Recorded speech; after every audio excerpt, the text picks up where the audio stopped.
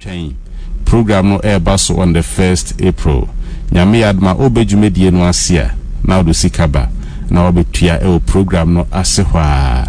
Program ibe koso Accra here National Theatre. Enye ira kwan kra bebia obi afo Accra Central car.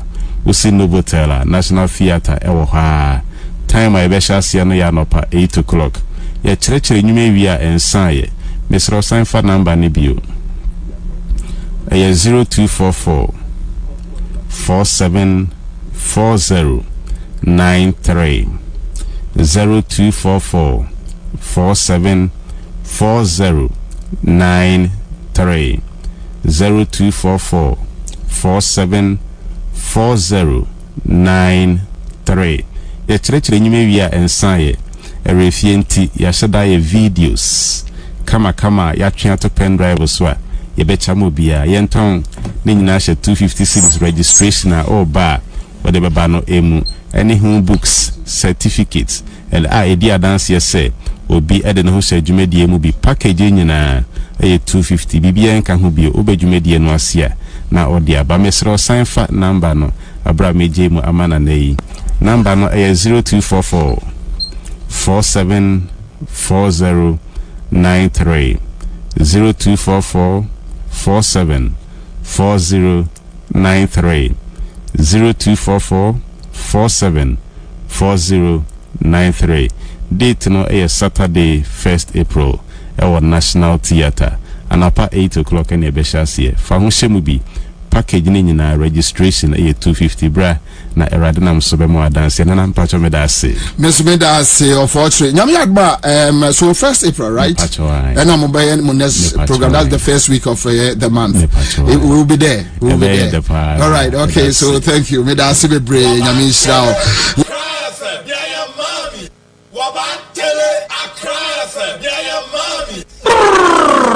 Nana kwabenabobieansah berema be meti garafuru kube puntimpuna si sokode no wakanchira katabin say you what you nkensen kwabena keja guma mne enko fon say omumien tu bomb ya tu bomb ni si school dan ya brasikaza abrotefo no be hu say enkofo ni abre because Ghana no ya wo see peace and justice ni ha and si asase ni si ya tu bomb ni sakas ni si ekunkum grofo and grofo be hu zampa yani abri o manim because yes yamfa etuo enkotu aban ye be fa ballot box ni e dia sesa aban ni si akotu aba e di sesa aban a na se wo sika oni ya friend sen electoral commission we say o ware o yere o mu fere blofo enti mu beto aba no na mu ma o man no entre o madwen dia na wu hia se ye be kotu aba biem enti efi na eko ye pese ka chen pipi fon panifon say o mu sorry no mu out no me say young boys ni grind ni si be sin grind a ye nim ye be ya wo say ko kantamanto a ye nto ade wo ho ani ehunu now enu a ye wo na ba evo e sorry ba ye first wo ko kromot ni nyeska se ko tokom ente say wo ko ahu nyeska tax ya tutu ye no unya ba bi na wo ba ko ni ase oni ma enti ye ka chen pipi fon panifo o mu no mpeso o mu ti o ma ni si wo ni say o mu sorry no mu meboa e no mu vie that ni si ye dia ye besi na anya pepa mcho myself no eye tietia na so emu odu pa eti obia enter na so na wontie sa program ya ekoso wa hai obia obeka se emfaso de so bia na nipa no onim se ne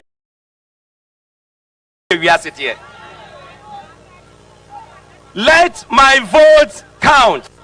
What's a mabana meto ye no? Kai mame. Baby a meto abane se enko no. E ho pepepe na eso ye dai. Wo de to. Ananya sa.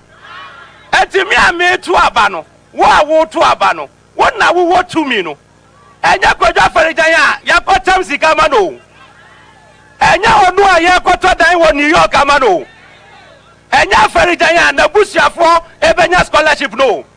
Na mom wo ba na wo to ye no baby a wo kwasa lai se aba no nko no e hwadom na se den eko from 1992 elections that time na me a small boy teacher me a presiding officer e was Senate Constituency na wonim that time ya de adaka na mu yetuntum no be ato ye no edua de no na wo hwe niama e ko so a menua na reho enti ya papa professor Michael Kwe e wa say that time wa mu take decision bi na ma for visa decision na papa na so e den e boa Ghana e ma ya reforms e ba ya ma baby anka ba betri anka ya to aba anka wiase afa na nyina e betre omonsa ahwe Ghana so say monko Ghana na monko sua bibi wo ananya sa na afarijan busuofo we aba kwatina baby na me say papa ni nanim begu asi wo Supreme Court ho nanim begu asi e wo Supreme Court ho afena omoto po cha monfa edinu mraye what be that wa wo ye commissioner I wo sha about to so no baby ko chiwa se woni mu a ase so bi na de bro wow obi bia wo ye sika dishos bia no sa pepepe ana otie obi a wo pesika sa na otie menia ye chi Ghana fa na nyina ya ko northern region e ko western voter everywhere ade be chia mi ato aba na mi wo voter region oh nana Bobie Ansah on the Citizen Show. Stay with nana Bobie Ansah all the politics you can know on Accra FM 100.5. Tune to the Citizen Show with nana Bobie Ansah. Yeah. All right, so quick one. I hope sir Mote hope siadoye. Or say 2012 year to abawie ye no. 2013 omoko Supreme Court no. Yesu omumom no enkofa figures mra. Ye no nti afrajan nya mbetua ne ka, nya mbetua na busuafo ka, nya mebeye ni sei. Sei. Na the one organize elections no enye ono na ekofa your friend say resource eba wahu say kwame NDC for kobusa wo mu bi e court the same thing say figures na obobo ye no bra na be kire ye wo kan say ni ne bomu e ma wonya figure say almost say NDC for the end of the Omabon. So I'm not talking about whether such demands na saying no, that is not what I'm talking about. But you are dealing with a encrophobia and pedophilia tie one here no one pa. When even excuse my language, shit is coming from them one is coming from another person and yet that is my argument. Say you don't talk to a Kufuado supporter and talk about law, procedure, processes, what is good. No. You don't do that. When you do that, because nipa na ne ka asem no wajimi. Nipa na ne ka asem no wajimi. That is what the NDC has failed all this while to exhibit. That nipa na ne kasa no ono ne omo Superman sa akwana na panta den no so president di no omo radio station Madina omo friend say Canada Japan ono catch omo so omo Jimmy. So when you are dealing with such a person, that's when dear Jimmy Seman Chilenoa want to say just listen to Opsin Adoye.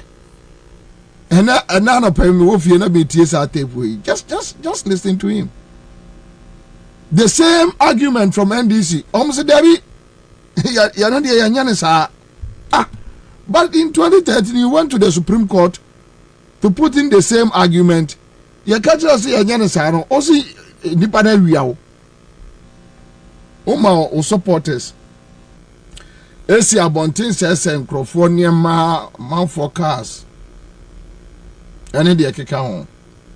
And I don't know. Anyway. Oh, with Nana Bobie Ansah on the Citizen Show. Stay with Nana Bobie Ansah. All the politics you can know on Accra FM 100.5. Tune to the Citizen Show. Nana Bobie Ansah. Yeah, yeah. What mabe? Aborna wum lahabal nyasem. Asibir dalet. Kurga yo point ne pergele. Nana Kwabena Bobie Ansah. Muni nyatung ban yabga. Ka borna yu wum ya to nyasem ko twe kane. Ban la akum nana Bobie Ansah. Ka bugum lahabal suma tung ban yabga. Nana Bobie Ansah. Muni nyatung ban yabga. O twe kane. O twe kan yarama. O twe ne bjelba. Atia nyangu nyanyu otweba onyelo mabia Nana Bobie Ansah tung ban yabga nyu. Ene ya mwakwa ba so magana.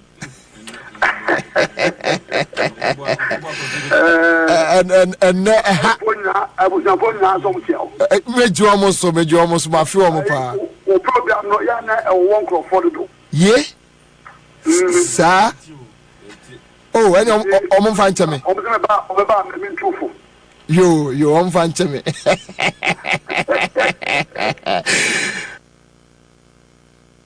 Nkuku ya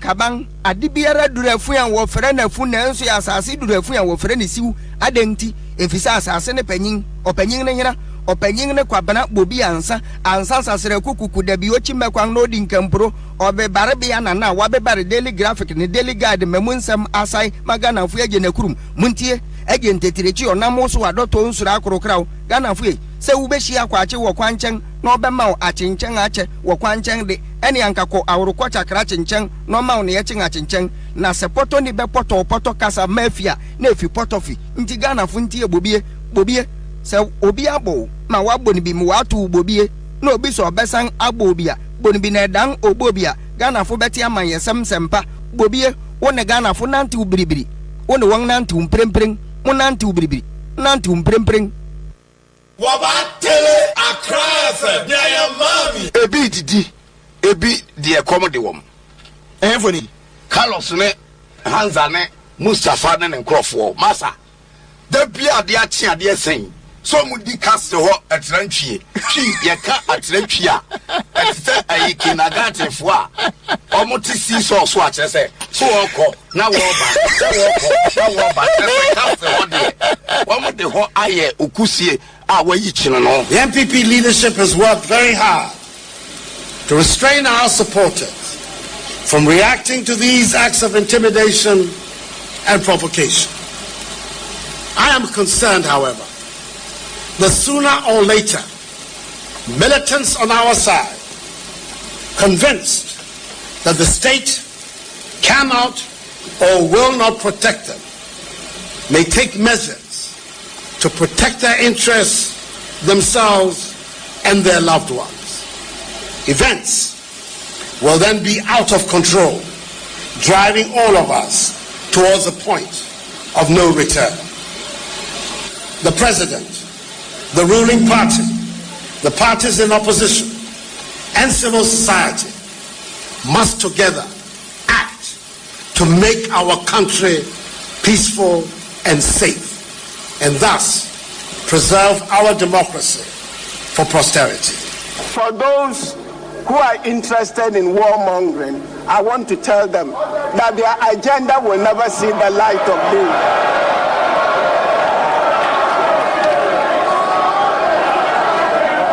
Madam Speaker, let me say that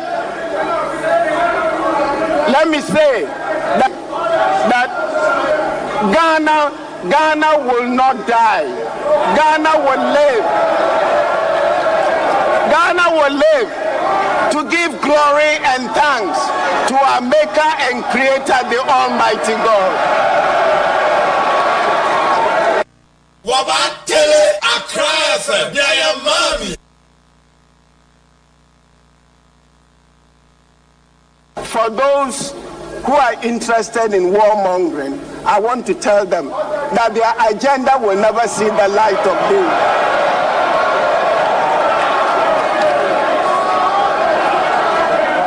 Madam Speaker, let me say that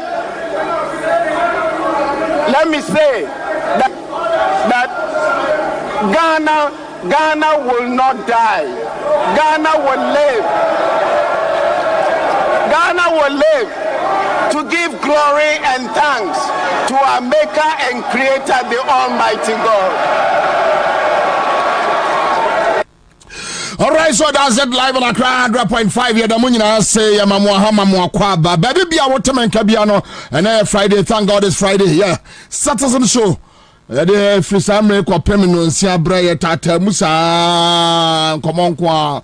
Benoka say yatis former president John Dramani Mahama Onemu. A Western region, Kwajofia Busa updates from Parliament and as usual, and indeed a shorty one, and no more shorty one. Na and then no. Actually, the entire main posting and it's Mpanyinfo mo ni me dim komo ho ma meti ase se obia ho. That is the information yes I can. So we are just watching what will happen as to acquire omo befa so approve omo de obia amfa ho. The Ghana for a pan because you see won't me ngongo ka say Akufo-Addo appointing nipa bebre. Then or appointing nipa ba now what say approve nipa no. I mean it doesn't make sense. And yes sir, it's like who dig Ghana for fell. Who dig Ghana for fell. What do you mean Ghana for fell? Ebeboa NDC for no so won betwe mo afri sa look baako kra etofam ho a it will raise suspicions. Se baako kra etofam ho a e be raise so many suspicions. Now to avoid any suspicions bema motu wie na se Akufo-Addo so be kwa fache bi ne e de na baba beto a de approve o mkra enye obi asem obi anhwe obi anfa ho and yeah no asem ni nyina no obi anfa ho. Okay, so me mamu akwa aba no na me pese me ne mo ye adwuma keto abi and nkobo bebre ofia and e bedi nkobo bebre, but there are some few issues aba nwanwa kakra. It's so sad. And I hope say anyway a video so a TV3 no kwaya sa interview no right workshop. Okay, so TV3 for a capture and also anyway. So let's move on. Obviously biana during the workshop no, but minim at here for some more team across the country Ghana armed forces one more a PRO akodim komo bia enkomo no it's so sad yenu apani no it's so sad, but eso be can be echere no Ghana Armed Forces PRO no or say they didn't say I am so try, don't worry. Your friend say Brigadier General Agriquasi on ka enkoda asem sa no on otibika enkoda asem sa no and say obi tia on prompted a Brigadier General Agriquasi na ontie. And I think so or your penny kakra, right? As in a near fi kakra fine. Na okeka a Jimmy Samsa. Na near fi kakra fine. And okeka Jimmy Samsa. You see the reason why people don't even respect the military, the Ghana military. People don't respect them. I'm not for Buomo. Because it's sad. Say papa penimu betimi edi enkwasi ankomo sa. And he was so happy turning around in his foolish seat And when you have foolish people living in the, controlling the military, that is why people don't respect them. Why? Yeah, who said a man for see a review, a soldier for. No more. It's so, me tie pribia and I'm a raho. Ya. Because you have a very reckless president, empty-headed, clueless, reckless guy sitting on as a president. And this agriculture way, and you quite say enka, and you quite would even 10 minutes our office. He has no business wearing our green uniform. Not yet the meme taxes etua weka not the akoto aduane ama ne yere ne ma adi. Just imagine. So be 8 years, and you see going forward no a man for besore say question a friend say MPP asoja for no almost omo otuo no mbeku nipa e be mo kunipa wo krom ha na akufadu we kra we also to be standing up to Rollins we. What kind of nonsense is this? Shraj wo obia nkashe. And you see that anipakwa one more some yami yapa your friend say omudin say Christian Council one more some yami yapa. The Peace Council is here. Adia agriculture akwaka sano adia ebetimias pake civilians military confrontations are easy because now you are just empowering military say any community bia won bedru bia on be so mujimi bia no mutimi jimi moya say 15,000. And when agriculture kasano say agriculture say asha my for bo almost emma almost said the umbaya and ya almost soja ni ba ko nse soja atare nko nanti asha ma adwum so okwa akoto ade nan enkrofo abaaje no so na go enke ya no be litmus test omo fa ya no nya test omo fa ya no enya test keke emfa hwe kwasi no mo nsuma soja ni ba ko a wo se eye atare say onko asaiman say oko akọ tade wo dwom no ase wase anante aba eye barracks omo nso ba konko se nipa no ko ba ye do no betimi serve as a test ye no be serve as a test to them so ampa de ye kwaya ye no amanfo ani age ho. How can you attack nkola omuko school? Mo bon nkola omuko school. Obi a wo na adwuma, amanfo omuko kwa adwuma, obi a wo ne baabi, enya se wo shegeto. What dress ko na adwuma, maami bi a ye ni interview. One ne ba. Chasa ne ba no oso. Akola no 50 years. Na mo ayi na si wo obo no.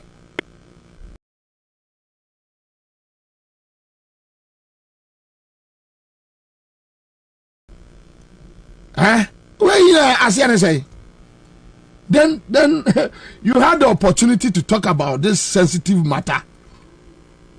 Look at the foolishness. Blatant foolishness. Blatant foolishness. And even Kwasi failed to talk about one of assignment indigenous omobu omono baako awu no. He even failed to sympathize with the people, with the family.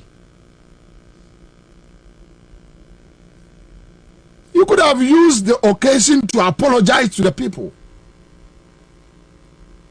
Say ena ye nipa soja ni baako as if say soja ni ye nipa che obi. As if say soja ni ye nipa che obi. And it has been established armed robbery. enipa no koda ne baby okotwe ne mpra empra dwe de so obi atwi so that is not an issue na accident nkwansia etu obia nobody is happy e wa de etu abrante no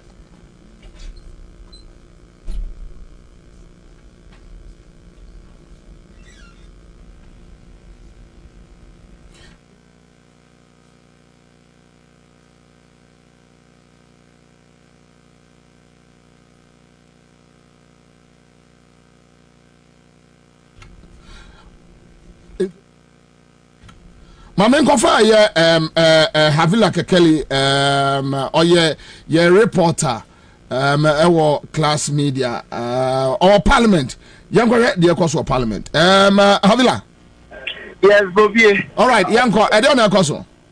You na oba mashibigan fi ha nyama bebe akoso eni se ye vote ni no a ye befa bako ye vote on the ministerial appointees, new ministerial appointees president appointee omuso feel key positions honorable KT among the any civil nyina account also any vote on judicial Supreme Court judges appointment here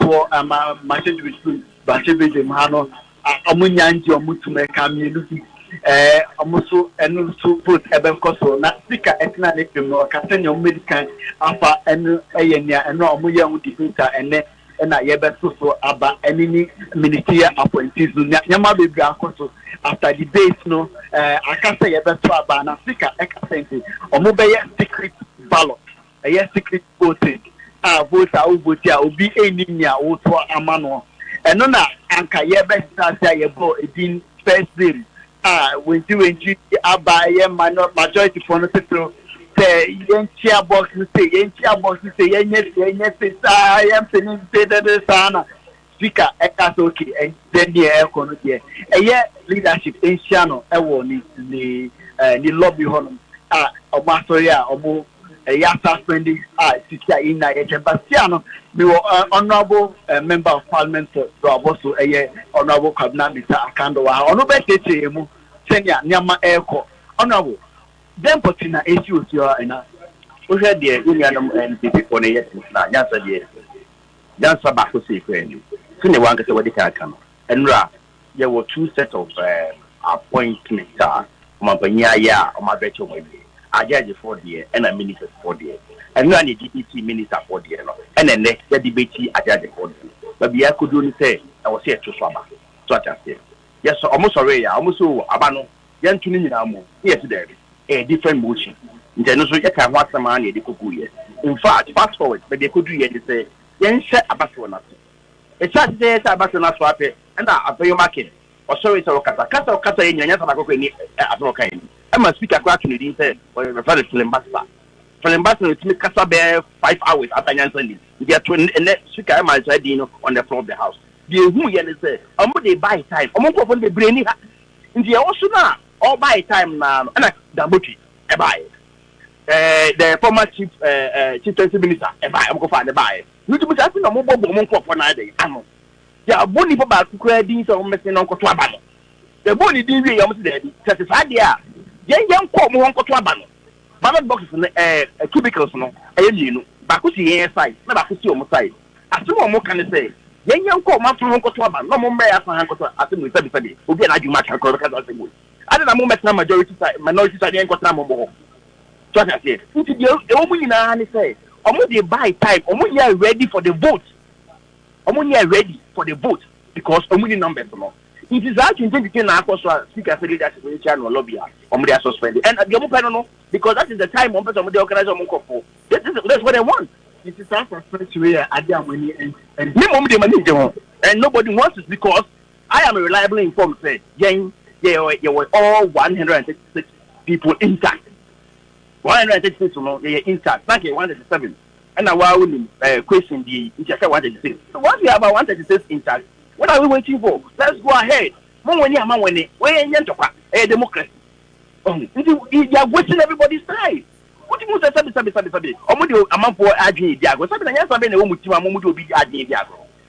So one would ask them to almost say that any number, and I don't know almost pray for both. So, Mum say, at the point in time, no, or when you say, numbers, no, the ABI, and Yenya. The after who say, who say, national security minister, no more a timber.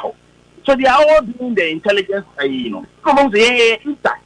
The moment any mumu, and because I won't do 130 cry. They're not up to 130. It's happened no more, a bit more Yarenia, I can Japan buy entry. If you were there, you saw it, you just entered. More months and for Munya Mui. It's like here to it, like a 1 hour by 1 hour ago, I want to be. So that is what they are doing to bring their people in. All right. On our head, that's it. You interview near Elko Sofia and may train more, say, Mania, a majority members, maybe to be down on a all right, okay. All right, Minasi. Okay, so as usual, Parliament, the Elko so, no, Seba Fienu. As everything in a hand say almost the nipa bay 10 crown a bear approve or more almonia. And this MP Biam Fadesanka. Bobie Fadesanka. Aban Babin Beshe, no Jaisa, Kwasa, no. Now, want me, because if what I can't do is anything to go by, minority for had ye, majority for also, we voting a ye, we also voted Massa, Obia Nini Lemu, no Obia Antone dear. Was a young swap it now, a bra baby, we know a minority for no more some rabbit. I mean, we know, but an American. The bottom line is ma NDC MP and try. Almost Obiabo. Yanwa Sabosanwa ni afi yani hi ena yehwem. Ekwayo mbefa so no mo approve o nkrofo no they should leave it for them. Na omonye. But say any NDC member ebeye partaker anaso obetwe no ho Masa, unyano enye ye mau kra enye ye mau. No. But let me come back to my earlier issue and let me deal with. So what tell ewo shop office kamu baby bia would tell me piano. Just I mean listen to me carefully. All right, so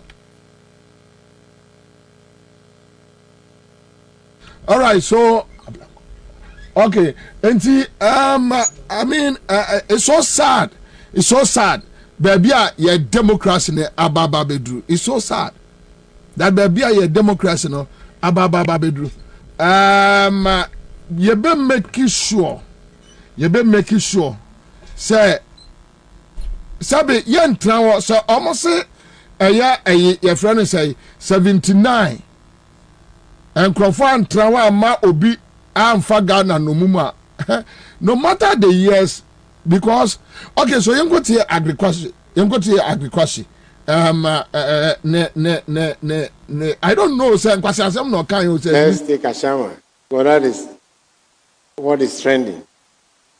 Maybe for the wrong reasons, but whatever happened in Ashama was not something somebody woke up one morning and said, let's go to Ashama. No. So many things are taking place, and our soldier dying became like the last straw that broke the camel's back. Ashama is a place, there are certain sections that even the police cannot go and effect arrest.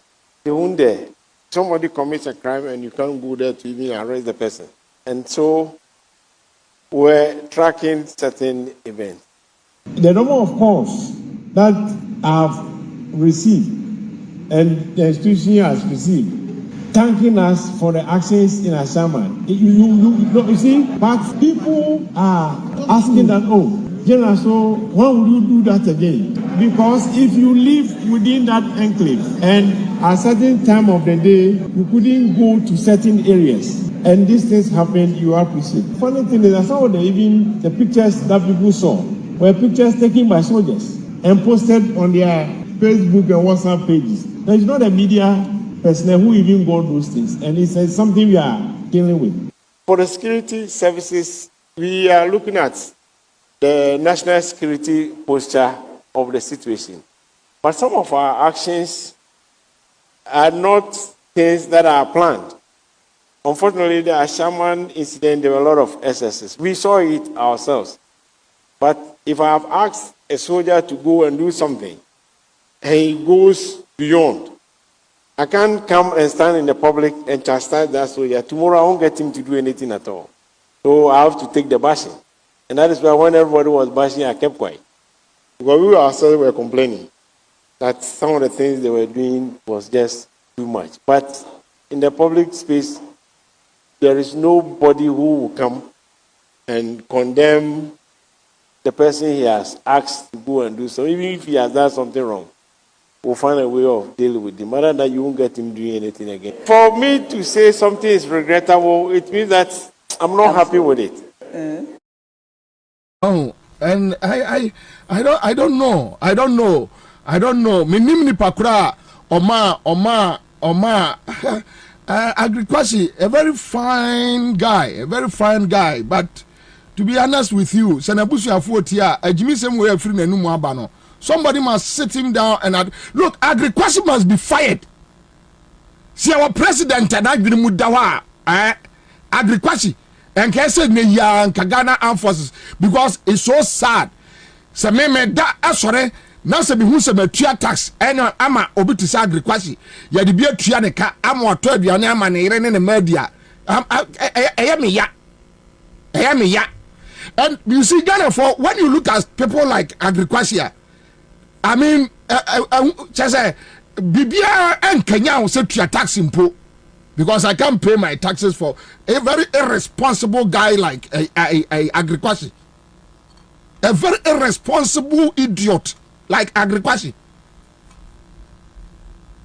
You are talking about criminals in assignment, and you are talking about say police from po and assignment. Hey, Ghana Police Service, your headquarters here. Assignment kitwa we won't be kwa your operation. And nipa dabio, and nipa bay no hu party assignment. And the Ghana Police Service and a disgrace my Ghana Police Service. If indeed damn parenum ahunusa atiesa tape we are, the onus lies on them. Say they should come and redeem themselves. The Ghana Police Service should come out and redeem themselves. That assignment here, assignment hi, assignment Ghana Police Service in Tibin Kwa operation. Your areas be Ghana. If you are talking about a beer, the police service like assignment a beer district office, yeah, is and a baby yes, you know, it makes sense. Ghana Police Service say obia dieu. A young man said nipa ne hand wura.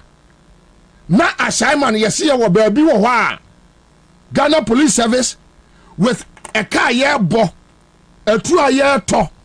And near my year to various cars, any gadgets and hoodwo, Ghana Police Service and my or more year for more.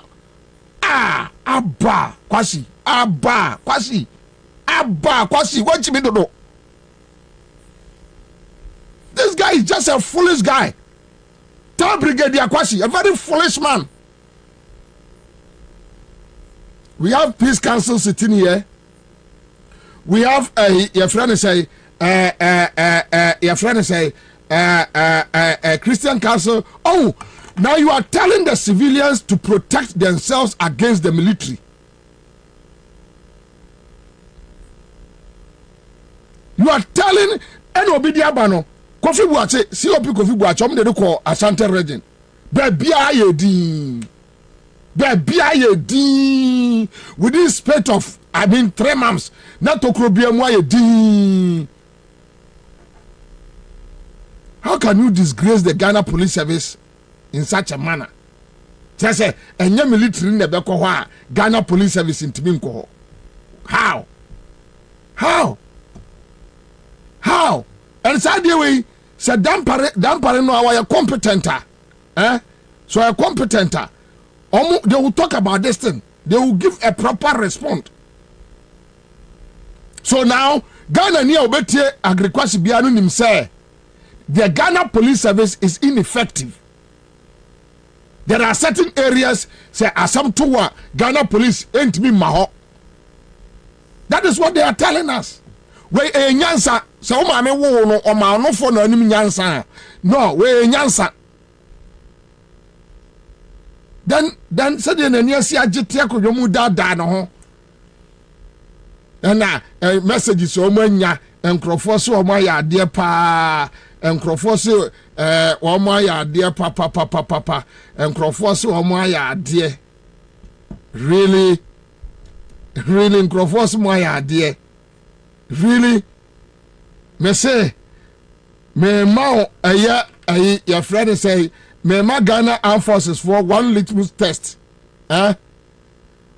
almost enkrofo enkrofo so ma ya de ashaman for so ma ya de a omo de omo hye soja ni ba ko atare so ono nko ashama adwom nko to ne man sai mra oba ostimi babaka fine mo dim krofo bone obi a wo show videos ni bi kura won te ase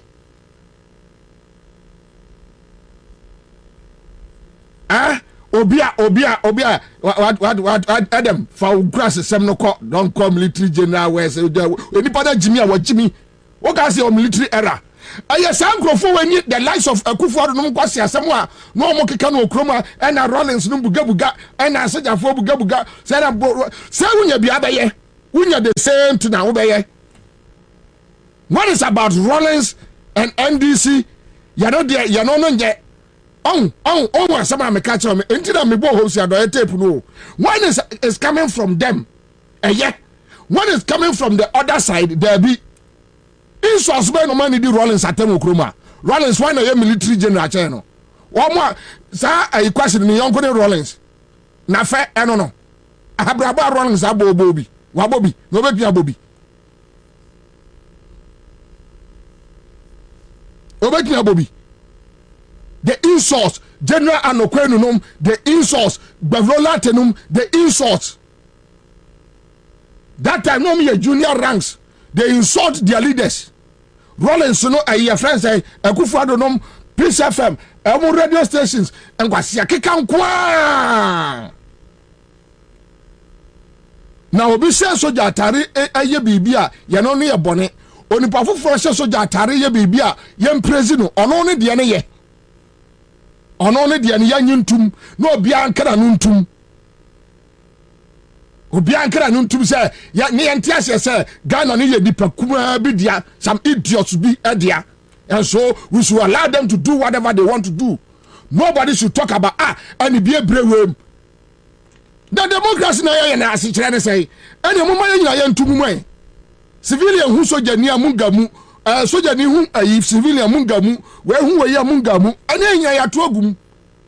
You are talking about criminals. I even a criminals in Ghana. You didn't know you triamo eka your mama taxpayers money. I said that them go training.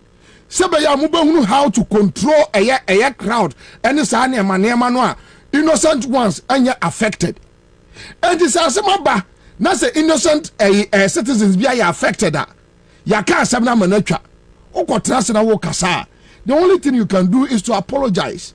Oh, and there may be sisi ya entwa yie no obi atwa so no obi akotra ne baby because of course ye nipa Ghana Armed Forces is a human institution. In Tubo say oh excesses kakra beba. We agree. Obi anka say bio. Oba transas in crofo free ashaman free yen boy abaso. So you are telling Ghana for say now you need military rule. You need military leadership. You have the president, the vice president, a very useless vice president like Baumia sitting. Me say asem we ya question aka say you any serious leadership as a kwasi kofie am so mu yi na di ma okotra fie no okodofuo e de hwe na ire ne ma enkrofo amukọ bu wo mu ebia wu no they pay taxes but for their taxes won't be mobra ebi kura Ansah na be soja num no shop kura na oni bi. Don't mean kasa na mo msika dada mbedi soja A soldier in Ama, you know, ma typical school. And the soldier is for us. Bull to the sound, yeah, dear. A channel sound, yeah, dear. A tarina sound, yeah, dear. Office now, what here air condition, airborne. A Ghana for dear is for us. It's not for you.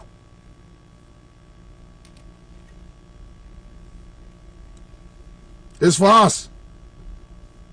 It's not for you. And ya wo dear. Yeah, dear. Enti a true no crowd no. Any your friend say near me crowd no say ya no ma ya bema no. Fire no go hwe na kwasi. Upa for yi soldier atare na yi utuo no to. Na pa ni yi civilian bema bi nyina street mu. Obago ball flat. Flat. Obe wiewio flat. Ye tuo no aye ya to ama no ekura wo no enam ama wo so ye bema. Ah, ayi apiatu say no ya GP no so ye bema. Oko pension retire. Oni justice o ni o man FM case court no odwane. O se nkrofo bi hunhuna no. Odwane say krikri. Na mo se say so wo bema gina ho. Mo sa atare no ya na mo firi say mo ye mema. Musa atare no a na okura tuo no a wo so ye bema gina na ba hu de be sisesi a ya bu nkrofo a wo mo kwa adwuma ma me ba kwa ne kasae ne ba oso keke onyini ye o drive ne banako school ni ayi nasi ni abono. You are telling some ameno say, Mammy, I watch him the bar woman. Oh, catch us, some ameno say. And Crawford from Bomb Basso say, said you must have a bonnet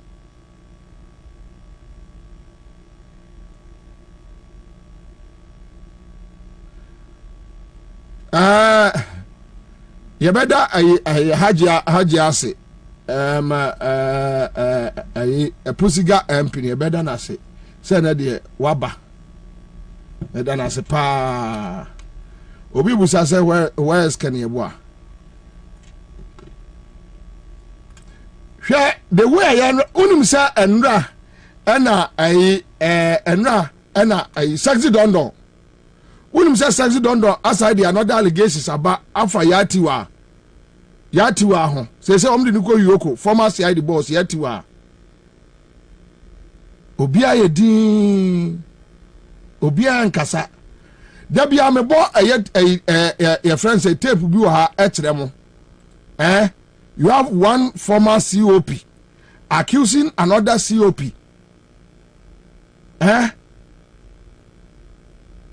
with murder say wakum nkrofo kan ye bo issues obia mfi obia yedin obia hwe obia nkahwe mabote pia ba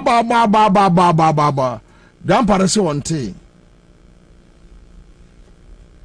Then here we are.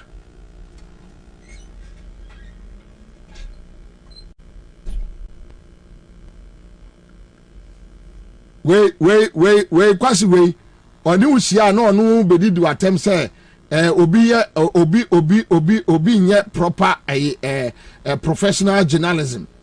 We were media school. We know how to communicate. And we did say the military and civilians approach and any be way. Okay, so there is this documentary. Paula Domna right? Me some documentary be. One said that Piasica and media for they do documentaries about Rollins to talk, nonsense about the military and the Rollins.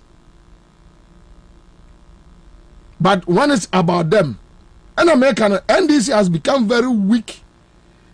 I don't know whether they can think or they can think, because all assignment and brutalities when you know. You can put it together. That must be a documentary. Akufo-Addo did it. He did it. Akufo-Addo na ya side no. But as usual, time a omoko pam invisible forces ekufo militants no eko chesi judge ewo your friend is Kumasi me kaya say NDC fo konkonkosi judge no na yinsi ho te say the omayo Supreme Court animu ho no so omo mamu nsikura no a afibia no monko sa court ho animu na mo the flowers ne niam akwa guo enchiri mababa beto so hu say ade we Akufo-Addo na yes abonofusem we but as usual NDC oka no omohwe wanim jobi they don't even understand that someone oka no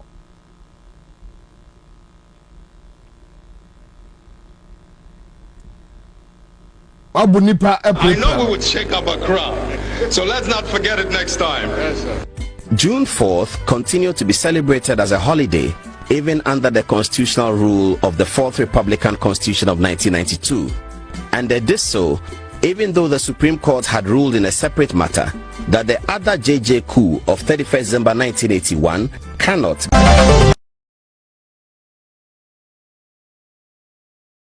military rule. So on the morning of 15 May, everyone was angry that another coup was occurring when everything was ready for constitutional rule. Now, this anger of the people against coups must have been the reason why the AFRC was forced to maintain the order to hand over power. I know we would shake up a crowd, so let's not forget it next time. June 4th continued to be celebrated as a holiday even under the constitutional rule of the 4th Republican Constitution of 1992. Yes, a documentary. Yeah, Paul, I don't watch it. Akufo-Addo nom na support no man no yes adewe. Ena omo bon crofo ma me no ma ewo your friend say Kumasi dwom. When you omo ye encrofo say ewo Makola. Tell me the difference between what happened in a friend's Ashaman. But because you're in the MPP boys and acquire and now Kwasi is accusing other military guys to say woman call for Nwabi and a video yeah edibegu abontin and that yes say ebin ma omo anye ne ye kura no a omo ntimi nka no abontin tisa next time wo so ma omo nko. Can you imagine as if say omo ye adwuma they are doing us a favor akwa Jimmy Kwasi wa Jimmy papa me hu Jimmy for sa da so jatare na omo yani 1964 yani 1979 enye teseso who told you so be eco military nanka eye favor no omo ya enko butimi besa line enkrofo besa line wa wiem no ma ko peso jadi meme sori am betra 4 hours me to fuel na ma driver ba me fuel no yetime taxes me to nso a yetime taxes me betra ya adwuma na ma je salary na me de bi atua me taxes na ya yibi ama adi atua soja nika. Then you are telling me say so you almost next time also more nko. Hey na say you military wo kromo a say ubetimi asoma enkwala ni bi almost ya nko dia on problem ayo. There is no respect. This agri guy is telling us there is no respect in the military. Obobia niho. There is no respect. You can't tell civilians say ubet bi asoma military for onko say sack the person. Oni min krofo do a obo ekromo a omo pa adwuma sack the person, sack him. Yati kromo na yesi teacher for strike. Omo mra adwuma mo so omo ma. Kwame, want to say Akufo-Addo no enkrofo be ka say na saade a omo kofie no yenyi omo adi no omo fa teacher for foforo enye krom a na se wosoma aya wo junior rank na se ose on je command on kwa enye sake na sake no na fa di pa foforo why no military ni mo say eye ne maame ene ne papa edia enti say soldier ni ye boni aye ntimi nka adai a o kan next time enti soldier ni be kwa adwira no akum nipa ya ba suma soldier for mo makwa no makokum obi ya kwotwetwe obi sekai no ma se aba under democratic rule wey ena kwadu apraku SK bu afonom ekufu adonom ene sheshe akoto ampanom wey kwaku ba konom sedem eyom sere kwasi ade sei obi kikan kwasi ase obi she Ghana Armed Forces atare kikan kwasi ase ma jimi mu sei mo sho sa de wey encouraging military tyranny, encouraging military attacks on civilians, on citizens. What Jimmy?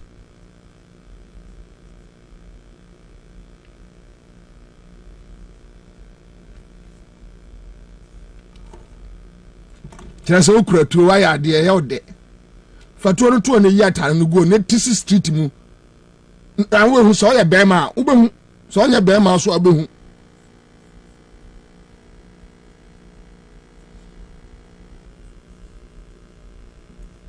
Ye was Raj, enya juma. It's so sad. Say nipa bibini minim de ntia nyame bo bibini o. Sa kwasi we woni broni bi na tra school dem o. Say baby a broni no wakoye brigadier no e wa America na Germany baby a na dwene wo. Anyhow obefa so protecting the citizens. Any adwene wo dwene no. Hwa adwene kwasi dwene. Odi dopun wi anu anu no. Odi dokunu wi a enu anu no hwa adwene is to how to brutalize innocent citizens because criminal be aba betrefio edebenti the CID criminal intelligence department edebenti the your edebenti the your edebenti na mo investigations edebenti na mo intelligence unit they catch them say criminals our cantonments are na criminal by na chai e what shama or chai kenoforiata criminal by and a wash shama or chai kenoforiata and a woman two say cantonments so na mun twa jantumo na mun say cantonments nyina because criminals ni bititia criminal by and a wash shama or chai e kenoforiata criminal by catch them criminal by. And now you are telling the citizens, say almost bet me them dash almost that even say uncrophobia whom be say criminals to where they can attack the area. But on council they think we are still in the 80s. Yeah, very primitive. Atetekwani, very primitive. Nanimye, very primitive. Our actually da yeah we are saying kwana nimwa. I mean, this is the time where citizens and the military and kita fine because of growing terrorism. Because of growing terrorism. This is the time where at least my citizens need more confidence that they can approach a military man, they can approach a military. So the citizens and the military will collaborate and work together. I'm on mine wajo. Share some akeka. Obia and Kashe Dominic Niti me was empire from small boy. No, omo de neba omo bekasa as MPP communicator. Osro omo obi na dina kwatna ho. Ontimi nkashe ekroma your former military heads. Omo nyina akwose dem obia and Kashe. Say ekroma panino otimi ya adwuma kakra akɔretai wi a sika ono beji a odi ne no odwene hu say the obi ya no military mu police mu migration say nye onfa ho ono watimi asidan watimi asifie de lock kakra ka to ano owotu a wa register eno ano no ɛyɛ asɛm a ɛya ɛyɛ asɛm a ahomete obiara nkwa report obiara ma obiara yɛte kurom a yɛde military attack a whole parliament yɛanyɛ obiara hwee attack on our August house a military attack obiara nka hwee yɛayɛ din when you have a country where the citizens are timid. We don't even know say military for no, they are living on our pockets. Yani yasha womo. And we must not fear them. Ya refi. Because ya wo ya no ya intimidate ya sa free ya nkola brembe pemene. Paniya jimi kura ntimi nka chance wa jimi. This same person or kwa America na America ni aka chance don't be silly, don't be foolish. I was like don't rofu. Ojimi na aka chance wa jimi a osu didi matem. Then another issue I'm a person me free or education minister. They didn't say I do chum. Me pa cho yen ko tia du chum ra kwekwan na memfa me opinion section no mra wie yen ko tia du chum and adu chum make a comment bi a famously made a statement that you have not been a president before. You can't question him, you can't engage him. But this same person, now a former president, is trying. You don't understand why I'm being engaged. So my name has popped up in the media these days. But I want to tell you one thing. Nana Addo Dankwa Akufo-Addo's achievement in education is uncontestable. Famously made a statement that you have not been a president before. You can't question him, you can't engage him. But this same person, now a former president, is trying. You don't understand why I'm being engaged. So my name has popped up in the media these days. But I want to tell you one thing. Nana Addo Dankwa Akufo-Addo's achievement in education is uncontestable. Famously. Mama church mu kakra. Mo amuni background to whatever he is trying to communicate and in context as to what he wants to say. Aduchum we ena kwaka say non-performing schools omo betutum. Ana your friend say JM Rajo mama nya kwan no oka say ma ontoto school no mu. Na say school be underperforming the solution no enyesa. Aduchum nya kwan na aduchum nkonko bi ano a aduchum say ne nwanwa say John Mahama refer to him na John Mahama ne ka say obi nya president da enti don't mean criticize the president enti ne nwanwa say John Mahama nya education minister da and ono eba be criticize education minister wahu yeah I Canada Japan video no o ka say MPP for omajimi no so wahu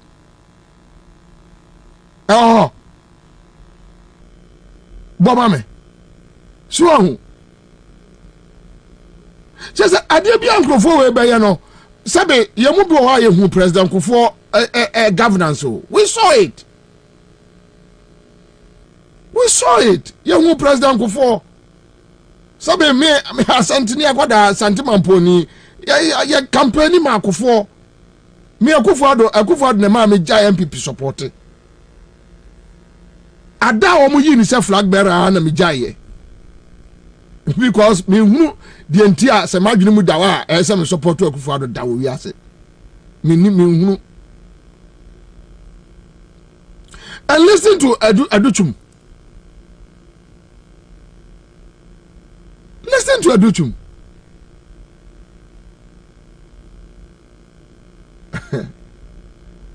at least John Mahama was supervising a whole government. Aya ne nkrabata cabinet ministries there say more than 13 or 15. Ajuma obi abeye bia one ehwa so onim de akoso wo education ministry onim de akoso wo sports onim de akoso wo ha onim de akoso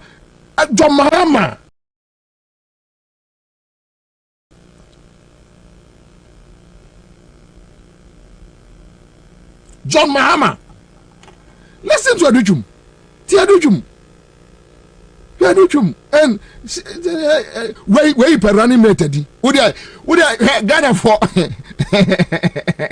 our rade Ghana what a rade Ghana yeah just say Bobie president now do you a vice Jesus Christ Savior Jesus Christ Savior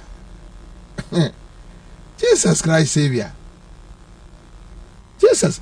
Okay, so Stephen said, Bobie, in Saudi Arabia, the police can stop a military man and issue him ticket for traffic violation, and there is nothing the military man can do about it. Can same be said about Ghana police and the military? Oh, forget it.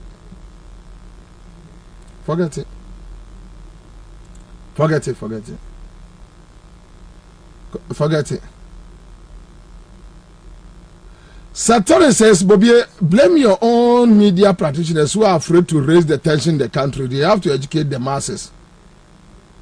Well, you might have a point. Tiaduchu, we, Educhum.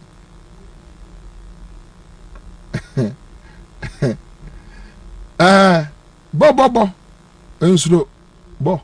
MP. If you answer the MPP for need capital, MPP now come. Read my lips. MPP. If you answer, omu need capital. Jimmy pa. Jimmy Jimmyana. Book. MPP for book. They will stay in opposition forever. Nkwasia for pa. My Jimmy MPP for Jimmy. Me who be dead. Stupid people. I don't know why I belong to that political party. MPP. If you answer the MPP for need capital. MPP now come. Read my lips. MPP. If you answer, omu need capital. Jimmy pa. Jimmy Jimmyana. Book. MPP for book. Nasa kredi Japan kra don go party mu kron to me compare flag bearer. Not even assemblyman. Kredi Japan. But only one. Yeah, only one more thinking, only one more psyche. Only how they think. That is why what me sorry catch someone to about man no flag bearer. Only one more psyche. And it's true. Most of his arguments against them. Here now no argument be about a friends home use cars. It tells you so in Ansah chair lunch Martin. Straight up. And the secretary Japan Ansah chair lunch Martin. You can imagine. But the Okra they don't go there. Just imagine Bawumia president Educhum vice. Hi.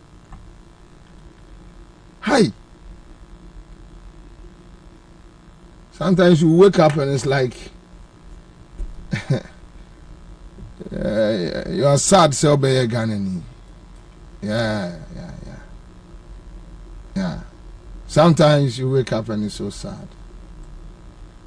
Yeah, tie tape we mi wi na afede team numra me ye omodwuma tie tape we din bema akwaba ye odujimani onu na o training wo police college onu na oba be CID so o ma police CID for a raid in Fie on 2 occasions because only wa fase Fosina Champon Abeka Fosina Ejiwa Kudia Sando Kofi Abeka Chose why Vivia won't tear to the police for Bamis.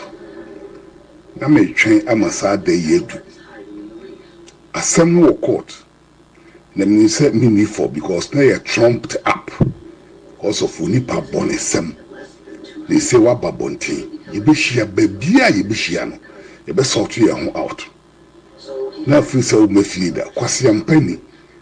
Dana mubasi ya dimbe afina na uko tutontare titikwa tare kura ni unibi fina me yepimpam tare ama wo start se usua enam wi amina wo de me wi nam wanu su se nwa kwasia won ye nan obi keka fa wo onu right a common person wo must o catch wo bowdua me suma bowdua media yanta bo chirewa eni anyama abowdua se asema wonu ho hwe na wo fa ho gu mani mu ase obi a me na metete wo ye obi a na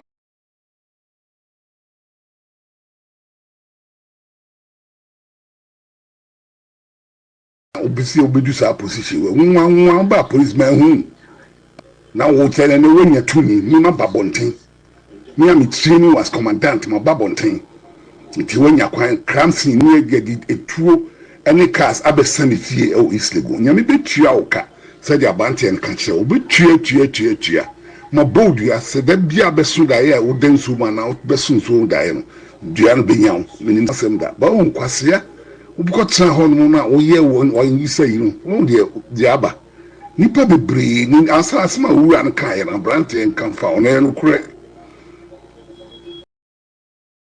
eduaba mkrofo abro ni ewu awama nipa okunkum nipa woni nkwada akoye meeting se momfa mkrofo bi nko se mokope am Robert Samoku ni na mete nipa amko se meeting na mko plan ye nyame ni mo na me se ho asem baba daachi nche du ye ni am ba fi obi anka me ho asem boni won se wo nanye si abonten kra na nipa e kan ho asem nipa wo kuro mu nyina mo ja be ba oso sika wo wie nyina aye gold ni cash nyina wonni no wada fom nyam be tua oka kwasia oka se ye wo man a enyansafo ne bu o man we a enka dujima oka se nke emfre no investigate no. That's it. Live on Accra 100.5 Citizen Show, Friday afternoon. Thank God.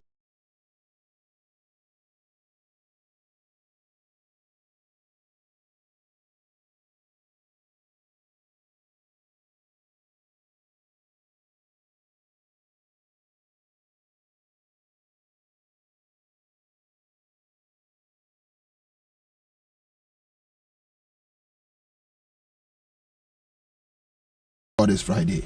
Dada bukwe misuwo mekaiwo akamiefu. Kentampo for Mama Kwaba, Musa Bawa, Vivian Upon is on Facebook. Efo Kobla.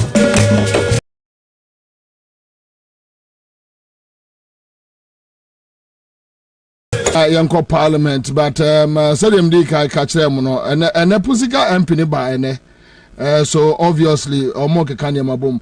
I don't know a delay tactics no more, delay in say after normal people among Crawford. You see a be yare that them. Yeah, omo fa omo kra omo yare. And omo transfer munyina beba. That is the issue. Apart from issue bia enobi. Okay, so today Charles Akowa will join us in the studio. Baba Sadek will join us in the studio. Liswa Nana Kusipoku will join us in the studio. Then already we have Mr. Matthias Bonzo in the studio. Yebeya Juma Yebedim Komogana Bekasa citizens Bekasa. It's our right to talk. It's our right to make noise. It's our right to demand for our rights. State institutions. Without me, the president ain't me. Akufo to me through private jet.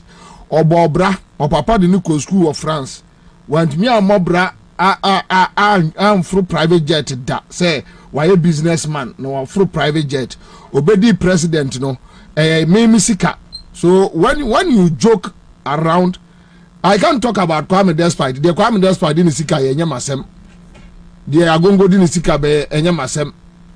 The friend say, special ice didn't see Kabe and Yamasem, mean to me Kokambi.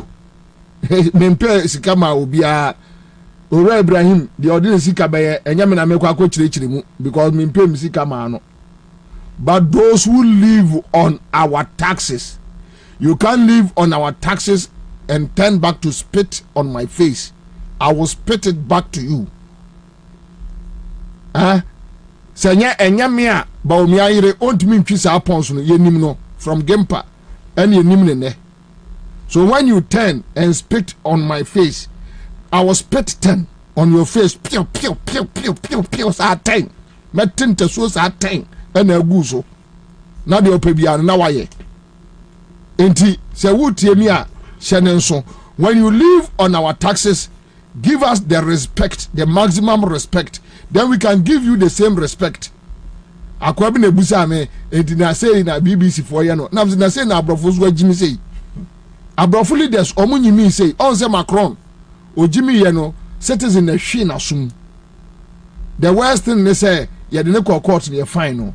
But wabom because what president mean ka say maye nchia ye nye gboza ufiri wa na what treat won say cheche ankrofo chesa de wo kan kra wonyini wo bom no won say Macron ye bio aha say Akufo-Addo say a civilian bi ama no double slap pram enke bia eniema ni bi wo wa ye ka enko beti ase the reason say abrochi no mo to democracy ase say Germany, France, Belgium, anywhere trust me kwashi enenko kofie straight or memu bio because so umbuya ya shawa please say oyire na o ma na umbu o ma fatna ofie don't bring it to the office Ghana for there it's not for you see a man ko form ya adwuma wa ban mu ti ase say taxes won't me ema medi nimisika me de hwe wo no na wo say abedi na wo o house help ya o hwe kwashi ehwe no say da obedi di natem no how will he feel that I can't pay you, I can't give you food, and you turn back to come and insult me? Matthew Sakwaba. Yeah, Boko there. Bibi Boko. Now so. Nyamia don Boko. Obi na kana so say Boko center for awo. Na takra to say Bibi Boko, especially Lembele Nzima be the whole thing. Now say no sa Agran Kwanta road no. What is happening? Takra de Agran Kwanta ufri friend say Agran Kwanta call takra de ufri takra de konzima uju the friend is saying they be a rubber plantation no work takwa de kwa nye kwa but at least omo ye takwa kwa ne bogoso o ko takwa kwa ne de nyame nim no krani omo ye kwa no takwa de no so to de enye kra takwa okay takwa de no omo ye but Agudan Kwanta road no ye different from takwa de no right yes different from but link it. Okay, Helenke. Okay. Ufri takwa de ba obetuma afa enzema kwan obetuma afa takwa de kwan so. Oh, okay. Yes. Oh, okay. So with the takwa one they are doing it. Yes, they are doing it. But with Agudan Kwanta edebefa elembele odefa Ghana gas. That be odefa rubber plantations ekwo no. Say kwan we say international sakwa ndo maye dadada. Kwan bia aye dadada. Ghana gas on my yes. Yeah. Way back. Em say President Mills no me project no me yes akwan no. And on be elembele de no dem say yes. Oh, okay. So no can finish international road no. Oh, okay. West African corridor roads no. Okay, but baby to say Agudan Kwanta there. Say ekwa say ka ho bebre e ho ase bebre e enkrofo kwan. E free esiema eko asase tremi kroma asase tre say kwan na ese ka mo ase because yes we call wa fa order because say kwan no koko ne adwane e free say kwan no so e ba no really e ba be drum kana abubi anya asem ketwa e kroketwa no especially oko ka papa the fa enkrofo e kwan from esiema to enkrofo kwam kroma krum the first president of the republic of this nation kwam kroma krum aye poto basa iso to kwa untumi faso wow iso to untumi faso many other towns, but I'm speaking as an Enzema and I'm speaking as a son of Asasitre, and I'm telling you, say, ufi asa Enzema kwa Asasitre, kwame kruma kwano, poto inkrofo kwan, poto. Na wana MP. Ewa makofibwa. Imano amakofibwa na. Awonyina shenase. Say awonyina kelembele ho. Oh, okay. But the district chief executive Bozoke MPP Bozoke I know na onya galamsey. Oh no ye galamsey no. Yes. Yes onya. Oh no ye galamsey na so ko ba ho. Send me the me proof. But wo dey ho na me na me catch yourself. Oh me na me catch. Na me ka say wo bet me aka. Na me catch. Yes na yes me so oye. Oh no ye galamsey no. And yes waje na ogusu ye. And ono anonim but nye meaning me say friend say bokazo galamsey na ekoso no nyina no. Sa nas in agricultural secondary school. Echire ho pe ye galamsey ho. In agricultural secondary school echire pe. Make an so no district office, district capital no e wan krofo. And the district capital e wan krofo. I see. I'm telling you.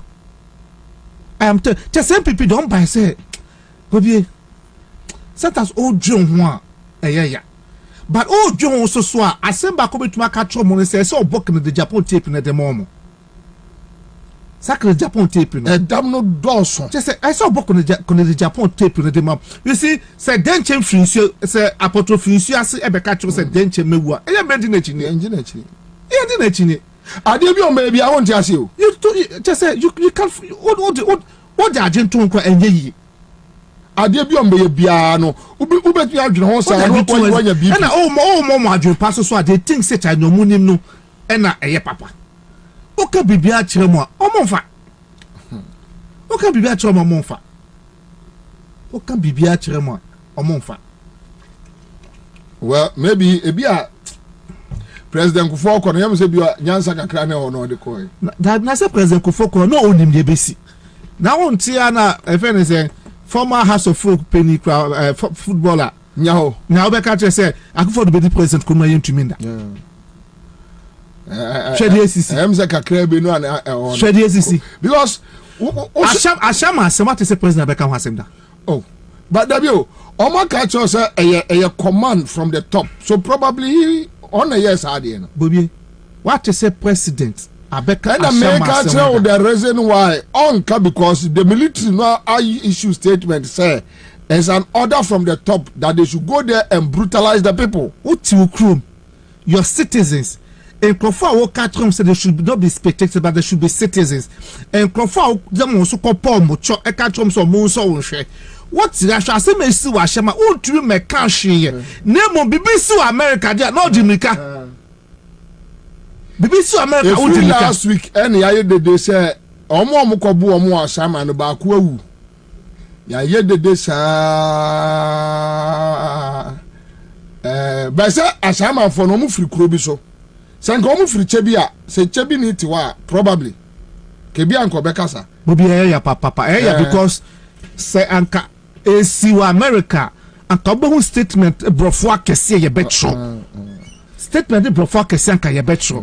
Now where in your own nation, people who pay tax to you, you perform mutual tax. Ema unye before plane, a renting plane, a call a pro. Ye come ye and not even a statement from the presidency. And then Rebecca to me top back $30,000, $40,000 statement. The first lady can live that life because Nikunu ye president, and because we pay taxes, and our taxes because Rebecca MA first lady owned me Tom Pabwa even $5,000 or $10,000. Yeni mama braba nom di tikroma. We know them, but. And look at Kwei. Kwei turns back and come and spits on us. And what can I say? A ya Simon to me will be a man found. Modia ya Simon, who bet me a command Edia Koyemi Kromu for. So I won't sit aside and claim, say, a ya Simon for not meant to. But when you say military sense, a ya dosu. A ya dosu. A damn. A ya dosu. Micro means kekam ebisiye. Kekam ebisiye. Ama soja ni bi kwatru ko boy bi wakunu. Yanya nhwe. Okunu. Unu de ntia yanya nhwe. Kwashi say. Obi anya nhwe. Kwashi say. That boy is dead and gone. Yeah, kwashi say soja ni kokromu eko yade a na se omo ka ne bebre a omo soma na onko. Well, is the nation at war? Ashama no, but how can you? And Ashama, and it is the military against Ashama in a war. How can you even sit? Military, Charlie, and Assem Sikesi and Efro. but we a police ejuma. Anyway, Jama, me kwaba, me ba we dim komo proper. All right, live on Accra 100.5. Ye pa join go di dwa kakra bimra.